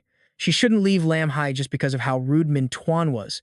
She then slid a thick folder of documents across the table toward him. This is a contract to transfer 3% of Lam Hai's total shares. As long as Thurn Phi agree to stay with us, all of this will belong entirely to her. I will also make sure Min Tuan never dares to bother her again. He just laughed it off. You think I don't know? She just won a major award at that international fashion competition. Someone with her high status doesn't need these tiny shares just to stay in a total disaster like this. Besides, I really don't like that Min Tuan guy. Realizing it wouldn't be that easy to convince him, Min Ki decided to play her big card and offered 10% of the company shares instead. Thien Phi would become the biggest shareholder at Lam Hai. She'd be pulling in around 300 million in dividends every single year. What do you think? Hearing that, he just threw his hands up in total defeat. 300 million? I am definitely tempted, but I don't have the power to make her choices for her. Why even come to me? Seeing he was still hesitant, she placed something incredibly valuable on the table to cut him off. This is a platinum membership card for the National Ba Thien Kong International Club. It covers every single one of your expenses for free. There are only 10 of these in the entire country, and I only have 2. Please, just stop going after my brother for his mistakes. Vuong Tran would be a fool to say no. Miss Truong is surprisingly chill and generous. He wonders, what is the second thing she wants to talk about? Min Kai does not mind sharing. The second issue is her brother.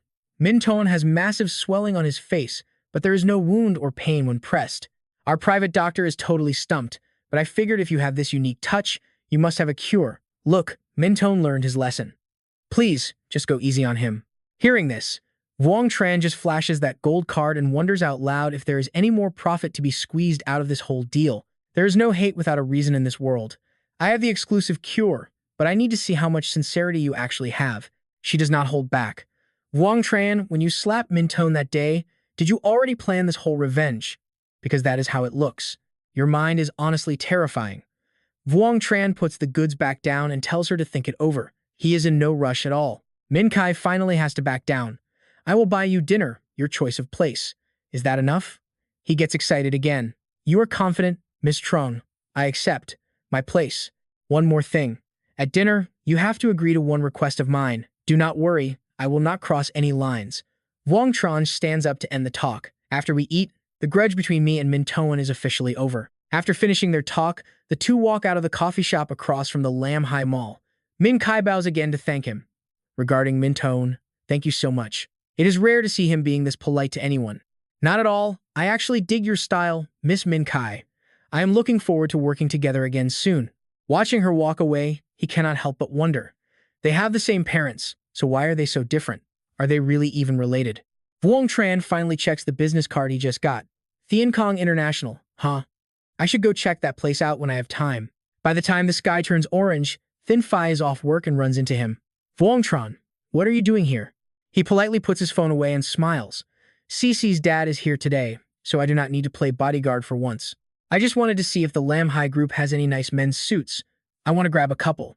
Thin Phi ignores the weak joke and asks what is really on her mind. For Wang Min Kai just found me to sign a new stock contract. I signed it. Did you have something to do with that? Vuong Tran stays vague, only calling Min Kai a very wicked girl. Avoiding the question is basically an answer. Why are you helping me? He gets caught but does not lie. Do not overthink it. I just think you are a talent that should not go to waste. Thin Phi gets the win, so she does not push further. Let me buy you a late snack then. Think of it as a thank you for all your help lately. Vuong Tran breathes a sigh of relief. This girl is way too sharp. Next time I have to be more careful, or she will figure out my connection to her old man in a heartbeat. She notices his expression as the sun finally goes down. The night vibe gets loud. The guys around them are not even eating. They are all staring at her, wondering how a guy like him landed a beauty. How am I still single while this guy gets to eat with a goddess? What kind of world is this anyway? Thin Phi is not oblivious to the stares, but she just politely tells him to slow down. You should eat slower, or you are going to ruin your stomach. Vuong Tran does not see the big deal. You have to eat your fill to work. It makes me feel alive.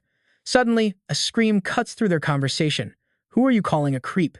I told you, just drink 2 bottles and I will order 20 dishes for you. Why are you acting so shy? Lu Huyen is disgusted by the offer. I am not selling myself for a few plates of food. The minions start talking trash. Boss Loi likes you, and that is a blessing. Other women would kill for this chance. Before they can finish, Lu Huyen splashes her drink right in Loi's face. In your dreams, creep. But the liquid smells like gasoline, and Lo is absolutely fuming. You dare? You actually dare do that to me?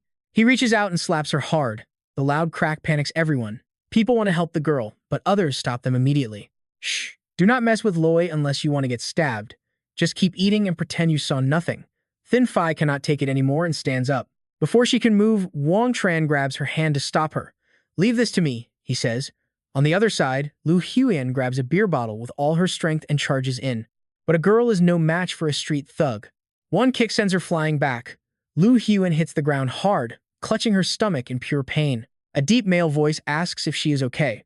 With total main character energy, he identifies her as Lu Hyan, a second-year student. Who even are you? Wang Tran ignores her question entirely. Who I am does not matter. Are you scared right now? Lu Huyen does not hesitate as she lets the stranger help her up. I am definitely not scared, she says. Those 4 words were all Wang Tran needed to hear. That is good. He gently puts an empty beer bottle back in her hand. Then, he points right at Loi and gives her an order. Go hit him. The crowd starts whispering. Is this guy crazy? Does he have any idea who Loi is? Loi can call 100 thugs with steel pipes with one phone call. Is he just sending that girl to her death? Someone stop her. But instead of being scared, Lu Huyen looks at him with pure emotion and says, thank you. She gathers her courage and grips the bottle tight. Loi just smirks at her, thinking she is a joke. Suddenly, a hand flashes out with sharp needles. He panics as the tiny objects sink into his skin. What is happening? Loi is frozen solid and cannot move an inch. Right then, Lu Huyen smashes the glass bottle over his head. The minions scream in shock. You hit Loi? That guy must be using some kind of black magic. The thugs grab their weapons and charge forward. I am going to end both of them right now. Wang Tran moves in a flash and grabs Loi. He lifts the guy up like he is nothing, making Loi scream in terror. What are you doing? Wang Tran tosses him toward the charging thugs, and one accidentally stabs Loi in the gut. When the thug realizes what he just did, he starts shaking. Boss, it was an accident. Loi collapses in pain while the thug screams that he did not mean to do it. The crowd goes into a total frenzy. He is bleeding. Someone is hurt. Call the police and get an ambulance here right now. Loi growls as they head for the car. Get their license plate. I'm going to make that guy pay for everything he did to me. Thin Phi is already in the driver's seat. Once they are in, she speaks up sternly. Shedding blood in public is no small deal, Wang Tran. Lu Huyen feels terrible and starts apologizing. I am so sorry. You just messed with the biggest snake in this area. I do not even know how to thank you. Wang Tran just calms her down. It is fine. I left myself a way out. Lo will be begging to see me in a few days, but you probably lost this part-time job for good. You should just head back to school and focus on your studies. Thin Phi glanced through the rearview mirror, trying to read the person in the back seat. She spoke up softly. So, what is the story? Are you having a rough time and out here grinding for cash, or just out for the experience? Lo Huyen looked down, feeling pretty bummed out. Just for the experience. I just wanted more chances to be social. She leaned forward to point the way. That intersection ahead is Capital Normal University. You can just drop me off there. A moment later, the car slowed to a stop right in front of the main gate. Lir Huyen hopped out and waved goodbye. Thanks so much for everything today. Once they were alone, Thin Phi could not help but tease him. Wow, your game is strong. She did not even want to leave, and she was basically begging for your number. Wang Tran just crossed his arms, acting like it was a burden. Hey, what can I say? This level of charisma is basically a force of nature. She was ready to hit the gas, but he stopped her. Wait, do not move yet. Wang Tran narrowed his eyes, watching something go down right in front of them. Chu Fang was blocking Leo Huyen's path. Look, I have the cars and the houses. I am being nice by asking you out. Do not go throwing my respect back in my face. He was not done yet, literally grabbing her arm. If you will not play nice, neither will I. Get in the car. Leo Huyen held her ground. Back off. Do you think money buys everything?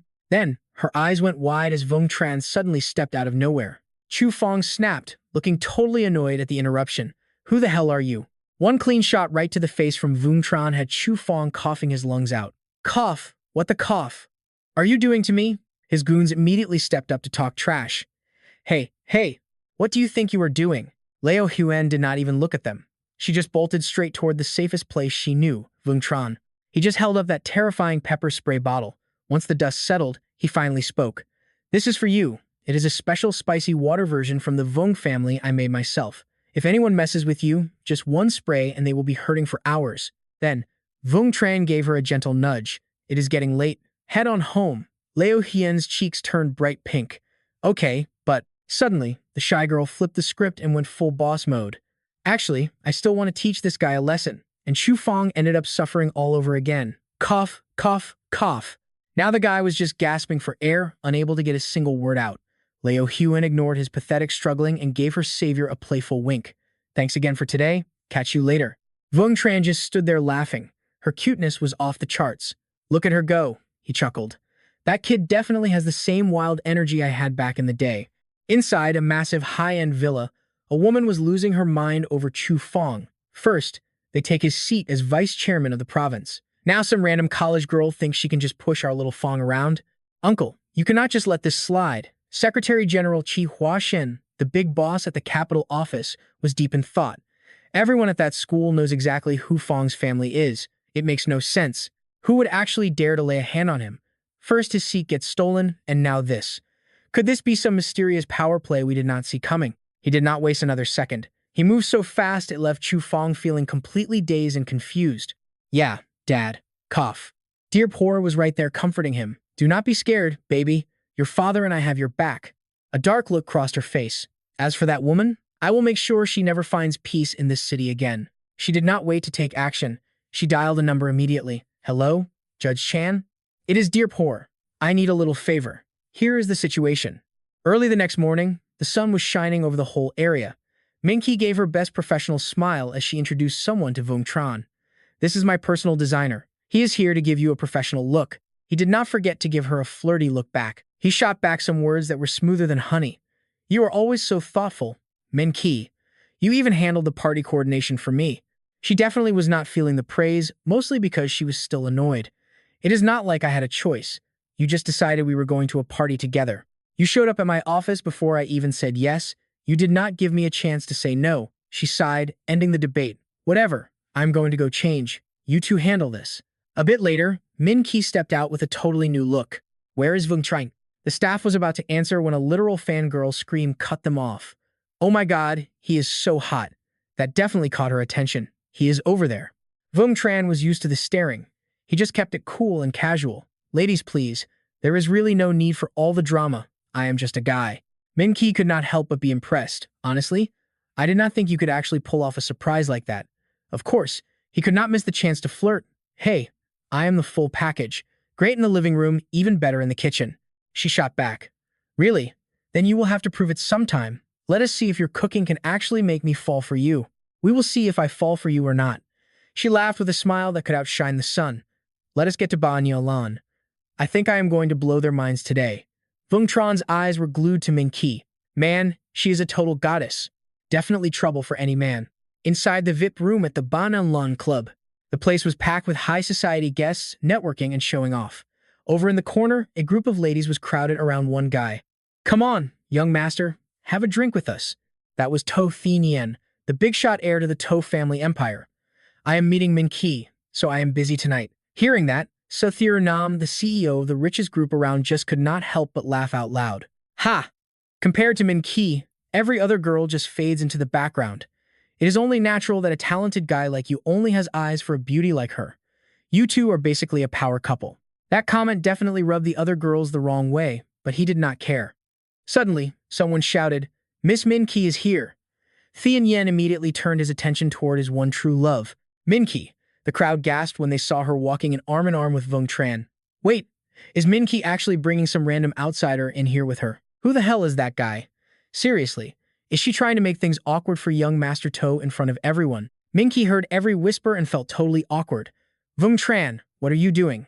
He did not explain, he just gave her a little nudge. Just keep your arm right where it is. Do not let go. Remember, this was that little favor I asked for earlier. She frowned. Fine, but this does not mean anything. We are not. You know? Min Ki sighed to herself. It was no secret that To Tien Yen was crazy about her. She had not officially shot him down yet because she did not want to mess with his family's influence in the city. But what Wang Tran was doing would basically force her to reject To Thien Ian in public. Was he trying to start a war? Just as she tried to pull her hand away, he gripped it tight. Do not move. Keep your hand right there. His boldness was on another level. Min Qi just stared. Wang Tran? Seriously? What was his endgame? Before she could figure it out, To Thien Yen stepped up, ready to mark his territory. Min Qi, you are here, and I do not believe I have met your friend. She put on her best fake smile. This is my friend, Wang Tran. He is from the Wang family. He looked him up and down. The Wang family? You mean the ones from Hangzhou? Wang Tran shuts it down and invents a whole new family tree. No way. The Philly Wangs? Min Kai is right beside him, absolutely losing it, trying not to choke on her laughter. He is pulling off a straight-up Hollywood-level acting performance. Min Kai and I met while she was studying in the States. Honestly, it has been years since we last saw each other. She stays quiet, waiting for the drama to unfold. Wang Tran is surprisingly good at talking smack. I will just roll with it for now and see what game he is playing. Even Tian Ran seems to buy it. So, what brings you to the capital? He grabs his drink but does not stop running his mouth. The Philly Wangs bought 2 diamond mines in South Africa 25 years ago. They have not even started mining yet. I came to the capital to check on things and run some basic market analysis. He leans into the emotional act, saying the real reason he is here is to see Min Kai. He claims he missed her terribly. Min Kai suddenly realizes something. The Tu family is a powerhouse in the diamond industry. They basically run the show, but outsiders usually do not know the details. How does Wang Tran know so much? While he sounds like a pro, he reassures them. We will not be entering the local market anytime soon. She goes full detective mode, wondering if this was all a setup. From the start, he has been laser-focused on getting close to Tian Ran, but the target seems pleased, welcoming the young master to the city. Wang Tran acts concerned for his new partner. You should really stop working yourself to death, young master. That kind of stress leads to insomnia and nightmares. Even with that heavy makeup, I can see the dark circles under your eyes. The guy is totally stunned. How on earth did he notice that? Tian Ran scans the fake smiles around the room. He hates that people have been trying to get an edge on him for years. He was trying to act all sophisticated, but this guy just exposed everything with one sentence. There is no way he is just here for a simple investigation. After dropping some friendly advice, Wang Tran makes his move. It is my first time here, and I want to do some sightseeing. We will be taking our leave now. He watches them walk away with a smirk. The Philly Wangs, this is getting interesting. In the car, Wang Tran asks if she knows how dangerous her stare is. Speak up. She looks over. Did I ever give you permission? You used me to get close to Tian Ran. I am not happy about this. You better have a really good explanation for me. He does not feel guilty at all. Isn't this just mutual exploitation? Are you telling me you did not use me to get what you wanted? Min Kai is confused. Why are you targeting Tian Ran? He is incredibly powerful here. Plus, he has got a massive military background. He answers without missing a beat. Honestly, I just do not like the look on his face. He clenches his fist as a dark aura surrounds him. It is not just him. The entire Tu family annoys me. This goes back years. Given the chance, I am going to tear that family out by the roots. Later, the car stops by the lake. Min Kai wants answers, but he just hops out of the car before she can finish. She chases after him, demanding to know why he told her those things. Aren't you afraid I will just sell you out? Wang Tran leans on the railing, looking into the distance. 2 reasons. 1, you are ambitious and capable. 2, because of your mother, Tu Hoi honorable. Min Kai is shocked, grabbing his hand in disbelief. How do you know my mother? He looks at her. Did your father, Truong Hu Tu, tell you she died from childbirth complications? She is stunned again. How do you know that? What does the Tu family have to do with any of this? Wang Tran tells an old story. She fell for a poor guy and even had 2 children with him. The Tu family elders saw it as a disgrace. He threatened their lives to force her back home. She did it for her kids, but returning meant she was the primary heir. She was set to inherit a massive fortune. Her rivals did not want her around, so they started staging accidents.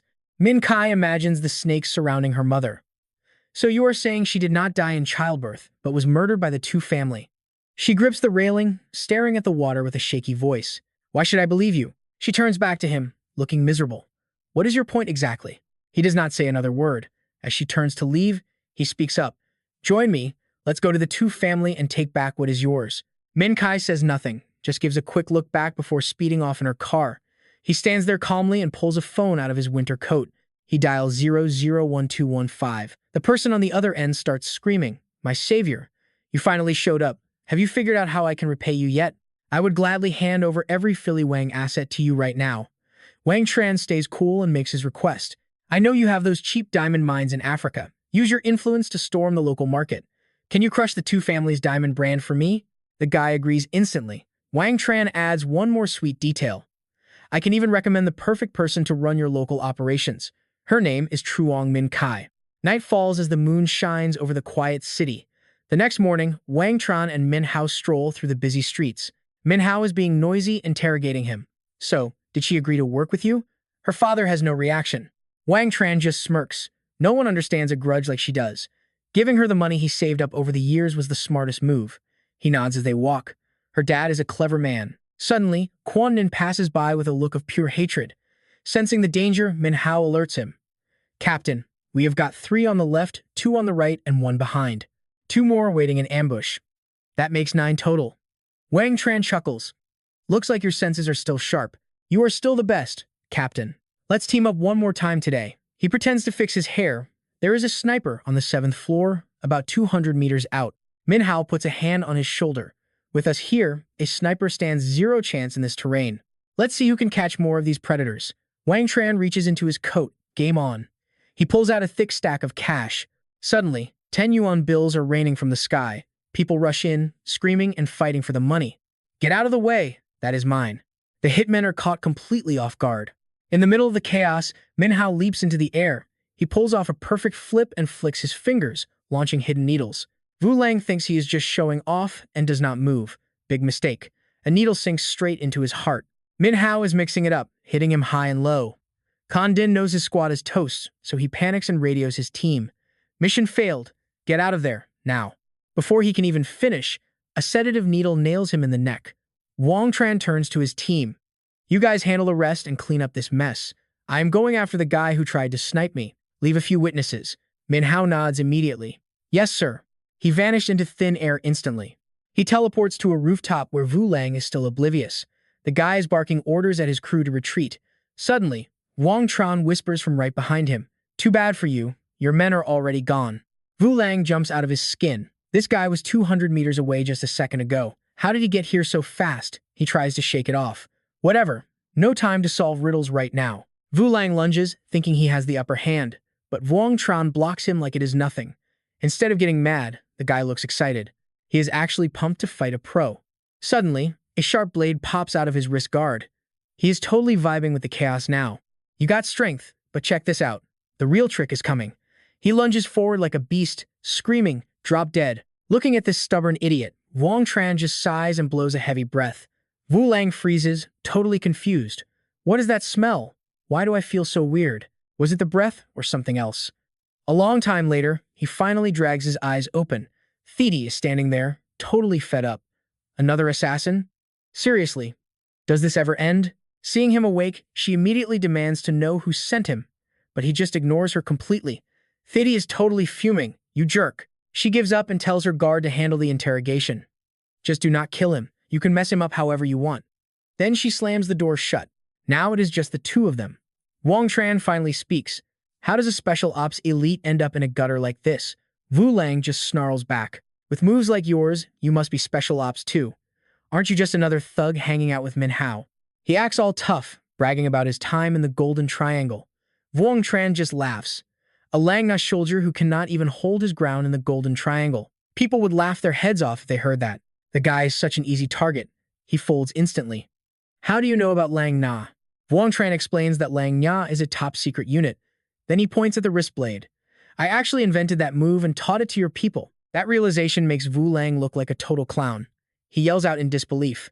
Are you from Long Lan? Wang Tran stays cool and drops another truth bomb. Not just me. Min Hao is Long Lan too.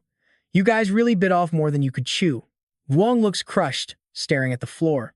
You cannot even compare Lang Na to Long Lan. I give up. Kill me, beat me, do whatever you want. But Wang Tran makes an offer. Agree to my terms and I will let you go. Wu Lang is stunned. He shakes his head and refuses. No way. As a soldier, you know my lips are sealed. Wang Tran likes the guts, but calls him a rookie. Not bad, but you do not get it. As a Longland member, I have 100 ways to break your brain. Believe me? Wu Lang panics. What are you going to do? Wang Tran pulls out a massive needle. Help me out once every 3 months. I have not decided on the job yet. Wang Tran injects him while he is talking. You cannot say no to this. Wu Lang loses it and screams. Just kill me already. Wang Tran explains it is a rare poison from an old book. It is called the 8-day poison. After 100 days, your bones will start snapping like dry twigs. Vu Lang gets the point fast. So, I am basically stuck. Wang Tran unties him. A useless pawn is no good to me. Like I said, you do not have a choice. Here is the plan. Go back and build your own army. Get 300 men in 3 months. That is a real power in the Golden Triangle. Figure out the cash yourself. If I am happy in 3 months, we will talk. Wang Tran gets a killer look in his eyes. For your sake, I will spare Thon Kong my this once, but do not let it happen again. Vu Lang is shocked. How do you know my uncle? Wang Tran smirks. I have my ways.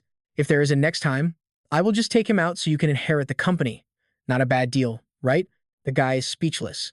Wang Tran sees right through him. I see that hunger and ambition in your eyes. That is exactly what I need right now.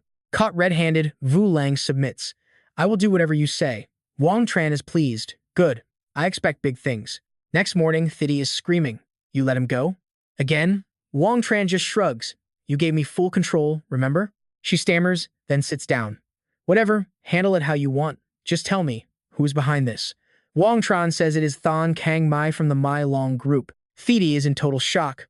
What? The boss of my Long group is coming after me? Tin Jia jumps in to tease her. Why does that old man want to kidnap you? He has some weird taste. She punches him into next week. Get lost for 2 hours. Then she gets serious. My family is moving into his territory, and he is not happy about it. He wants to kidnap me to blackmail my dad. She is fuming and determined to get revenge. I hate these dirty tricks. I am going to crush him in the business world. Wang Tran is impressed. Guess she is not just a rich kid. All that brain power goes into her business. He asks what she is planning. She starts plotting. We have a party tomorrow night. Every big name in China will be there. Lots of rich heirs, too. That is when I'm going to make him look like a total fool. Tin Da is a total party animal and starts cheering the second she hears the news. Awesome, another party. I am definitely coming with you.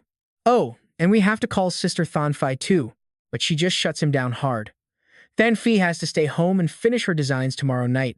Wang Trang and I can handle it. You do not need to tag along. He starts begging immediately. No way. There are going to be so many hot guys at that party. I absolutely have to go. Realizing Thi will not budge, she turns and grabs Wang Trang by the arm. Come on, Wang Trang. You are literally my favorite person in the world. Thi won't let me go. So will you? Her cute face makes him blush and stutter as he starts to give in. Look, I am just a normal bodyguard.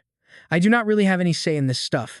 Plus, even if I said yes, would you actually listen to me? Thi finally gives up and agrees. Fine. You can come along. Just try not to embarrass me too much tomorrow night, okay? Mission accomplished. Ting Da cheers at the top of her lungs. Thi finally said yes. So, where are we heading for the big party tomorrow night?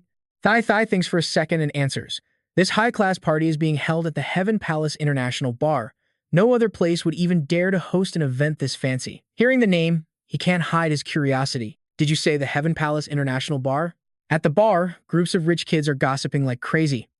Why did Thi Thuong Quan show up here? Usually, for parties like this, it is only the heads of the family who make an appearance. Is something big about to happen to the Thuong Quan family? And wait, who is that guy walking with her?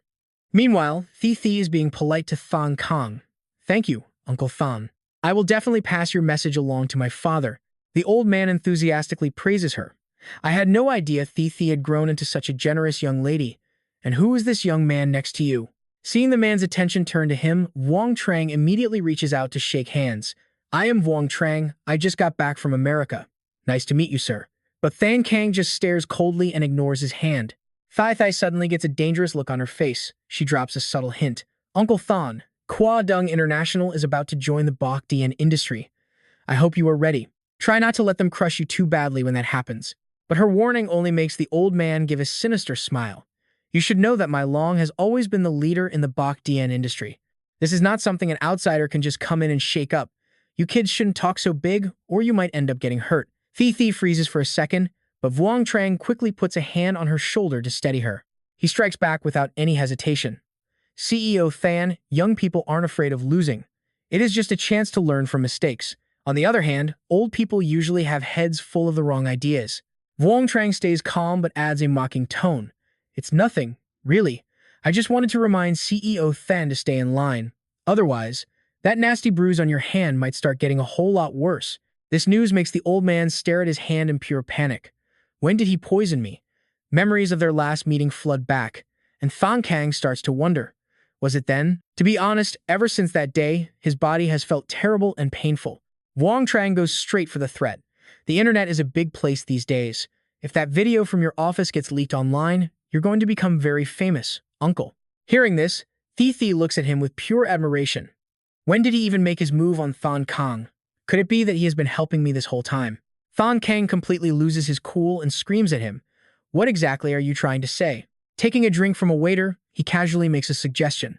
Everything in this world has a price, you name it, and I might consider handing over the video. Defeated, the old man offers 10% of the My Long Group shares. How does that sound?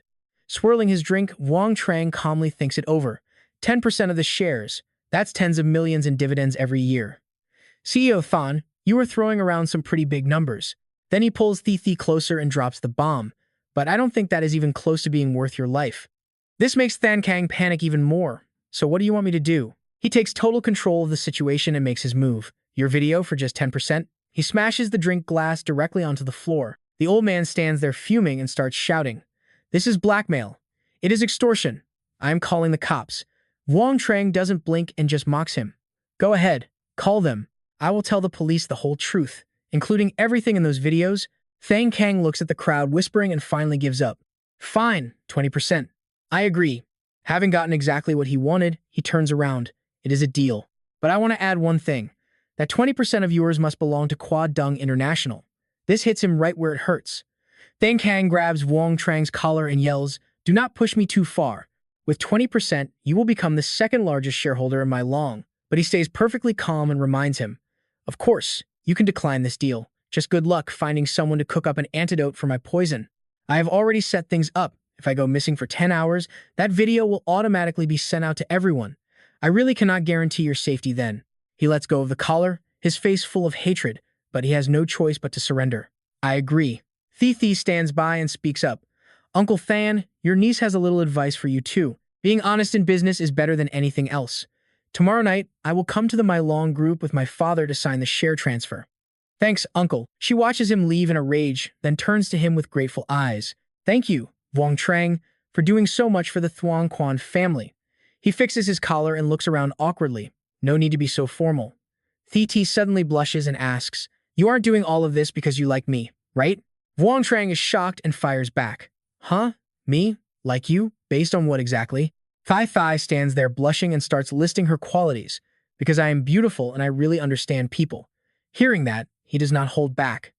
You understand people? If you understood people, then pigs would start flying in the sky right now. His words hit her right in the heart. Wang Trang crosses his arms and stays calm while she starts to fume with anger. You know, when it comes to picking a girlfriend, my standards are pretty simple. Thi grinds her teeth and screams his name. Wang Trang. Just as things get heated, Tinda suddenly runs over looking totally thrilled. Oh my god, Wang Trang, you look so incredibly cool back there. I cannot believe you easily schooled last year's top businessman, Thon Kong, and taught him such a massive lesson. She grabs his arm and starts bragging excitedly. As your friend, I definitely was not going to let you down or embarrass you. I actually spiked his drink with some of your special Vuong chili sauce. Am I a total legend or what? Do I have your cool style yet? Wang Trang is totally confused. Up on the balcony, Chao Nam quietly watches everything unfolding below. Master 2, you saw that, right? This Wang Trang guy is not simple at all. We really need to be careful around him. Holding a glass in his hand, he finally reveals what he found out. I did some digging into the Vuong family in Philadelphia. They actually have a massive amount of influence over in America. He looks a bit worried. The thing is, members of that Vuong family are incredibly mysterious and rarely show their faces in public. All their companies are run by people with completely different last names. Chao Nam looks thoughtful. So you were saying even you could not find his true identity? Even if this Wang Trang really is from that big Philadelphia family, I do not get why he would pick a fight with Master to the second he arrives in town. He gives a meaningful smile and looks down at the lobby. It looks so fun down there. Why don't we go join them? Chao Nam quickly advises him against it. Master 2 has already sent someone else to test him. It is better if we just stay here and watch. He totally agrees with that idea. Fine. But then, a look of pure shock hits his face. It is her. Why on earth would she suddenly show up right now? Down in the lobby, the rich kids are turning green with envy, seeing Wang Trang surrounded by beauties. Who the hell is that guy?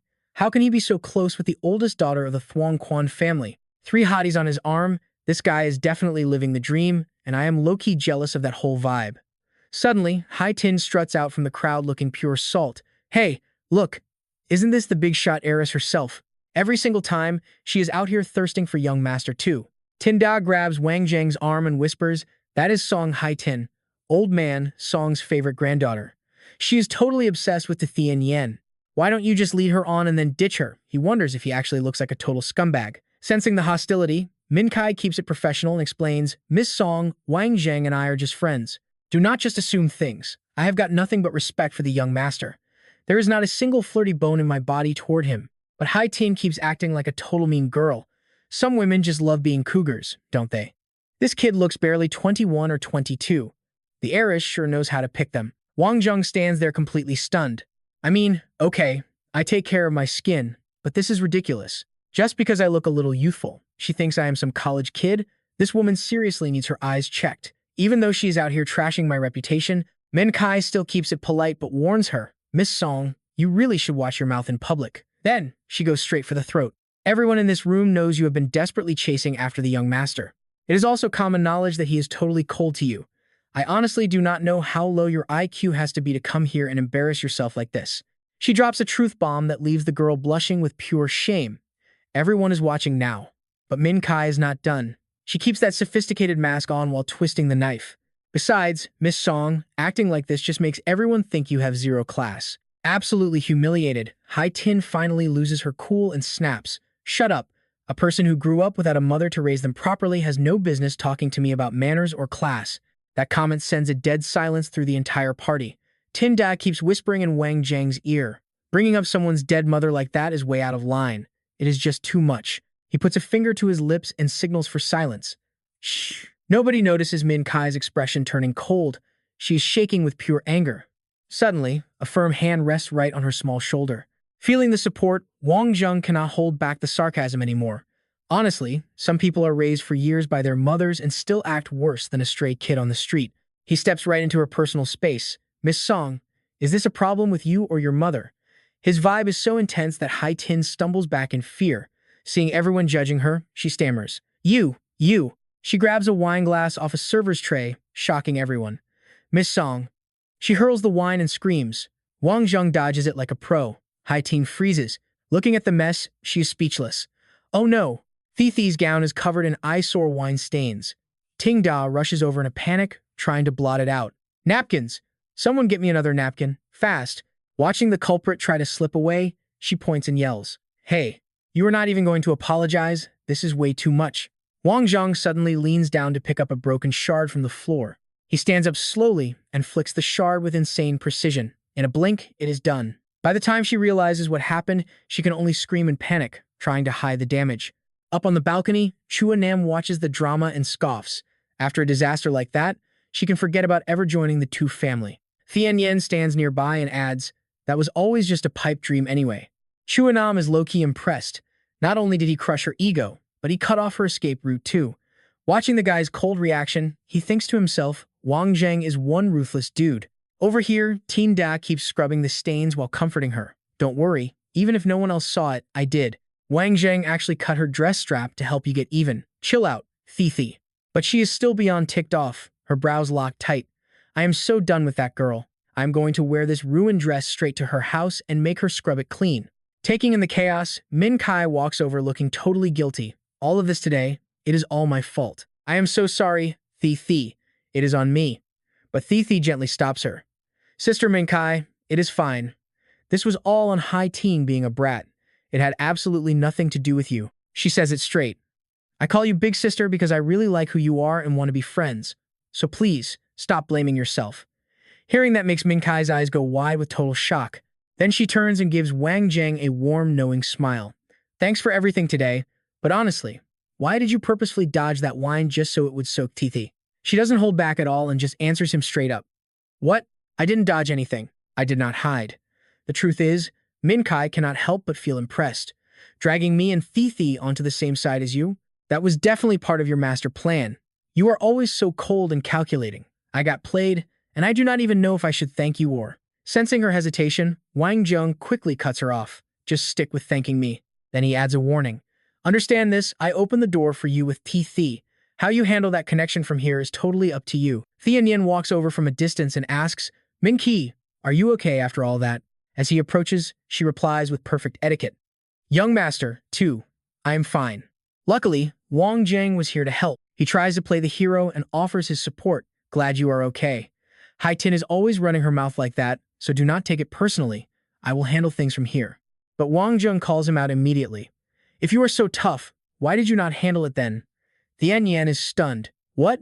He continues his sarcastic attack. I am talking about when Hai Tin was causing a scene. Why didn't you step up instead of hiding?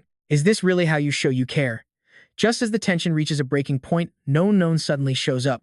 Wang Zheng, why are you hanging out with my brother? Both men immediately spin around and stare at her in total shock. Seeing Wang Zheng's totally blank stare, Non waves her hand to introduce herself again. Don't you remember me? I am to Non. He goes quiet, his brain quickly rewinding back to the first day they met. I am to Non, a second-year student at Capital Medical University. It clicks, and Wang Zheng shouts out, Oh, to Non from the train. She smiles and happily introduces him. Brother, this is Wang Zheng. I met him on the train while coming back to the capital from Ingi Thane. I mentioned him before, remember? He gives a subtle, mysterious smile and nods. Yeah, I remember. But inside, Tianyan is starting to have some serious doubts. If he is a legit heir to the Wang family from Philadelphia, why was he dressed like a bum on a train from Mithan? Non walks up and grabs his hand. Oh, Wang Zheng, I never got to thank you properly for before. Now that we finally bumped into each other, let me treat you to a nice dinner, okay? Seeing his sister so hyped up, Tianyan has no choice but to play along. We will go to Lap Tam Manor. I am sure young Master Wang knows how to get there. But Wang Zheng does not even hesitate to shut them down. Sorry, I am actually slammed lately. Let's aim for another time. Later. He turns and walks away without looking back. All the other rich kids standing around start whispering and gossiping like crazy about what they just saw. No way. The young master actually invited him to Lap Tam Manor? That is the legendary Lap Tam Manor. The Tu family never lets outsiders step foot in that place. This Wang Zheng guy must be a total idiot. Anyone else would have said yes in a heartbeat. Little do they know, Wang Zheng's mind is already working. To Tianyan, Lap Tam Manor, I will be there sooner or later, but not today. One day, I am going to tear that place to the ground. Back at the parking lot, Wang Zheng sits in the driver's seat, lost in thought. Lap Tam Manor. How many years has it been? Why did those 4 words set me off like that? If I lose my head, how am I supposed to get revenge for my brothers? Back then, you stood tall and called it out. Those old geezers at the villa were hoarding the dragon scale for themselves, and we were not having it. Even when things hit the fan, your squad did not flinch. Your man just looked at you and said, Captain, forget about me. Just run. Standing in those ruins, you could not stop asking yourself why. How could they sell out the whole country for a quick buck? Why did the dragon scale end up being threatened by our own people? It just did not make any sense. A sharp voice cuts through the fog. Tran. Wang Tran. Shi is calling out, trying to drag you back to reality, but you are just staring blankly like you did not hear a thing. I had to yell your name forever. That is not like you. What are you even dreaming about? He shakes it off, embarrassed. Nothing. Let us just head back to the Thien Bin Shan Villa now. From the back seat, Jing Ye suddenly makes a suggestion. Hey, why do we not go out? Shi looks worried and snaps back. Xiao Ye, look at him. He is a mess. You really think now is the time to hit the club? But Wang Tran just keeps driving, determined. It is fine. Let us go. They pull out of the lot as midnight approaches. Over at the 8-Point Club, the bass is pumping and the crowd is going wild. Jing Yi takes a look around and starts thinking. The 8-Point Entertainment Center. Man, that name sounds so familiar. She pipes up from the side. You forgot? This is where that blow-up happened last time. Suddenly, 2 waiters show up out of nowhere carrying massive bouquets. They give a polite nod. Ladies, these flowers are a little gift from our young master to both of you. She does not hold back with the sarcasm. Sending 2 bouquets at once? Your boss clearly has some big appetites. But before they can even react, the waiters are left blinking in confusion as Wang Tran suddenly snatches the flowers right out of their hands. He chucks them aside without a second thought. Tell your boss, thanks for nothing. Just like that, everyone in the room stops and stares. In front of everyone, Wang Tran makes his move. Not far away, Dong Fong is gritting his teeth, fuming. That guy again? Suddenly, his face goes pale and he lets out a sharp gasp of pain, staring down at his mangled wrist. It looks like a total mess. Thinking back to when his hand got skewered, he screams out in rage. Revenge is a dish best served now. He barks an order to his goons. Tell Tay Quiet to bring his new squad of hitters down here immediately. I want them ready to fight. Time to show everyone what this club is really made of. Out on the dance floor, Tay Quiet rolls in with a pack of guys armed to the teeth. The party mood dies instantly. Panic hits the crowd as someone screams, "Oh man, it is a hit. Everyone get out of here." Seeing the danger, the crowd starts pouring out of the exit while the gangsters watch them like hawks. The three of them hear the chaos outside. Jing Ye realizes they are outnumbered and turns to him. "Vuong Tran, it looks like a whole lot of people are here just for you. Should I call Old Han for some backup?" He just watches the crowd and shakes his head. No need. Whoever shows up gets dealt with. He calmly sips his drink, stands up, and starts walking. Remember what I said about finding a way to vent without using alcohol? He pauses, then adds with a cold smirk, "I meant fighting." Right on cue, Dong Fong and his thugs come stomping toward them. Once they are face to face, the boss points him out. "That is the guy. Take him down." Tay Quiet raises a hand, giving the signal. Go. The henchmen grip their weapons tight and charge at Vuong Tran like a pack of wolves. Still looking completely unbothered, he turns his head. Without missing a beat, he hurls his glass forward. It slams right into a thug's face and shatters into 1,000 tiny pieces. The guy collapses in a pool of blood, but the rest of them do not even flinch. They keep coming. Tay Quiet is just standing back behind the line of hitters, watching everything. He is clearly the one calling all the shots. He studies the guy for a second and thinks to himself, "Yeah, fighting him would be way more fun." Then, an idea hits him. He reaches out and grabs a heavy glass bottle. He aims right for the face. Vuong Tran is a total beast, tearing through the crowd and dropping every last thug in his way. In no time at all, the floor is covered in defeated goons. Now it is just him and Tay Quiet. He points a finger, cocky as ever. "Your turn." The guy lunges forward with a sneer, clearly feeling himself. He is super confident in his martial arts skills and goes for a kick right to Vuong Tran's face. Too bad for him, the kick gets shut down instantly. He smirks at the guy, mocking his form. That was pretty useless. Seeing those reflexes in action, Dong Fong is starting to sweat. This is impossible. Tay Quiet is an absolute legend in the underground scene. Usually, one kick is all he needs to end a fight. How is Vuong Tran handling him this easily? Even Tay Quiet is stunned his move got stuffed. What the hell? Before he can recover, his leg is caught in an iron grip. Tay Quiet has to scramble backward just to get back on defense. He is thinking, how did this guy read my next move so fast? He dodges everything perfectly while talking trash. Your Bajiquan style is obvious. Even with that Muay Thai mix, you are leaving way too many openings. It is honestly embarrassing. If I were in a real scrap, I would never let both feet leave the ground at the same time. That is just asking for trouble. Vuong Tran blocks another heavy strike with ease. The guy yells out, frustrated. "How are you even seeing all of this?" He just chuckles and makes an offer. "Work for me, and I will show you." Impressed by the raw skill, the guy tries a punch, but Vuong Tran catches it with one hand. Then he sweetens the deal. "Stick with me, and I can triple your fighting power." He pins the guy's arm in a split second. Now that he has him completely locked down, he asks, "You ready to give up yet?" But the fighter is stubborn. "I am not done yet." Toying with him now, Vuong Tran gives him a little kick to the ribs. "Fine, let us keep going then." Taunted and pissed, the guy scrambles back to his feet. "You got it." He throws a massive haymaker right at Vuong Tran's head, screaming at the top of his lungs, but Vuong Tran just delivers a brutal kick to his hip. That is enough. This ends now. The impact is so hard it sends him flying into the wall. Tay Quiet clutches his stomach, struggling to breathe. I could not even see him move. Vuong Tran turns to Dong Fong with a smug grin on his face. "Well, Mr. Big Shot, what do you think? Was that enough of a show for you tonight?" Dong Fong is stunned by the pure disrespect. "Vuong Tran, you little." But before he can finish, the doors behind him suddenly fly wide open. He looks back and sees a horde of tough guys pouring in. The Red Rainbow Gang? What are they doing here? Even their high-level leaders showed up. Min Hao is at the front and gives the order. "Trash the place." His men shout back, "You got it, boss." They start wrecking the whole dance floor.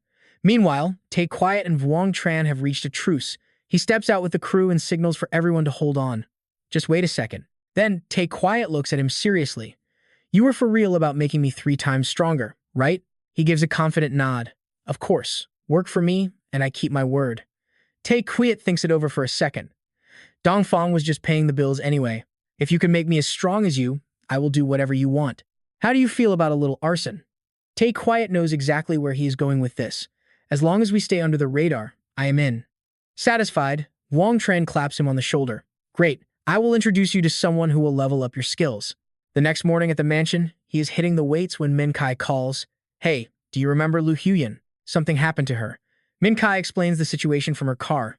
The cops showed up at Lu Huyan's school. Right after she called me, I rushed over there, but her friend said the police already took her away.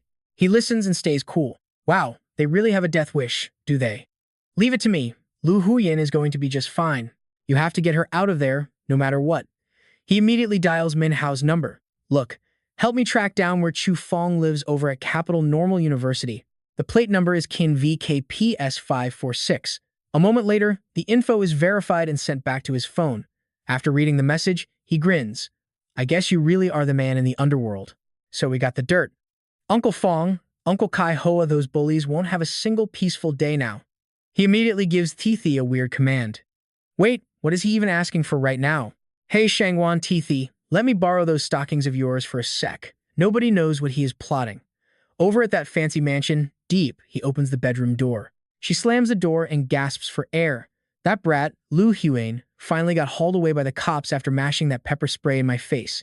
I spent all afternoon on an IV drip. Just wait, I am going to make her pay. But deep, he sees a shocking sight that makes her scream out in horror. My son. Turns out, someone stripped Chu Fong naked, tied him up tight, and hung him upside down from the ceiling. My boy, my poor son, how on earth did you end up looking like this? Diep, he rushes to her son, saying she will get him down. Suddenly, she loses control. Her limbs are stuck and she cannot lift them. My hands, my legs, I cannot move. What kind of crazy magic is this? That is when Vuong Tran appears. Do not move. I cooked this rubber glue myself. Even a heavy truck would be stuck tight in this mess if it tried to get away. He has Thithi's stockings pulled over his face, making Diep. He shriek in terror. You, who are you? Tell me right now. Vuong Tran kneels down and pulls out some duct tape with a smug look. Relax. I usually like classy ladies, but you were way past. I'm only here to settle a little score today.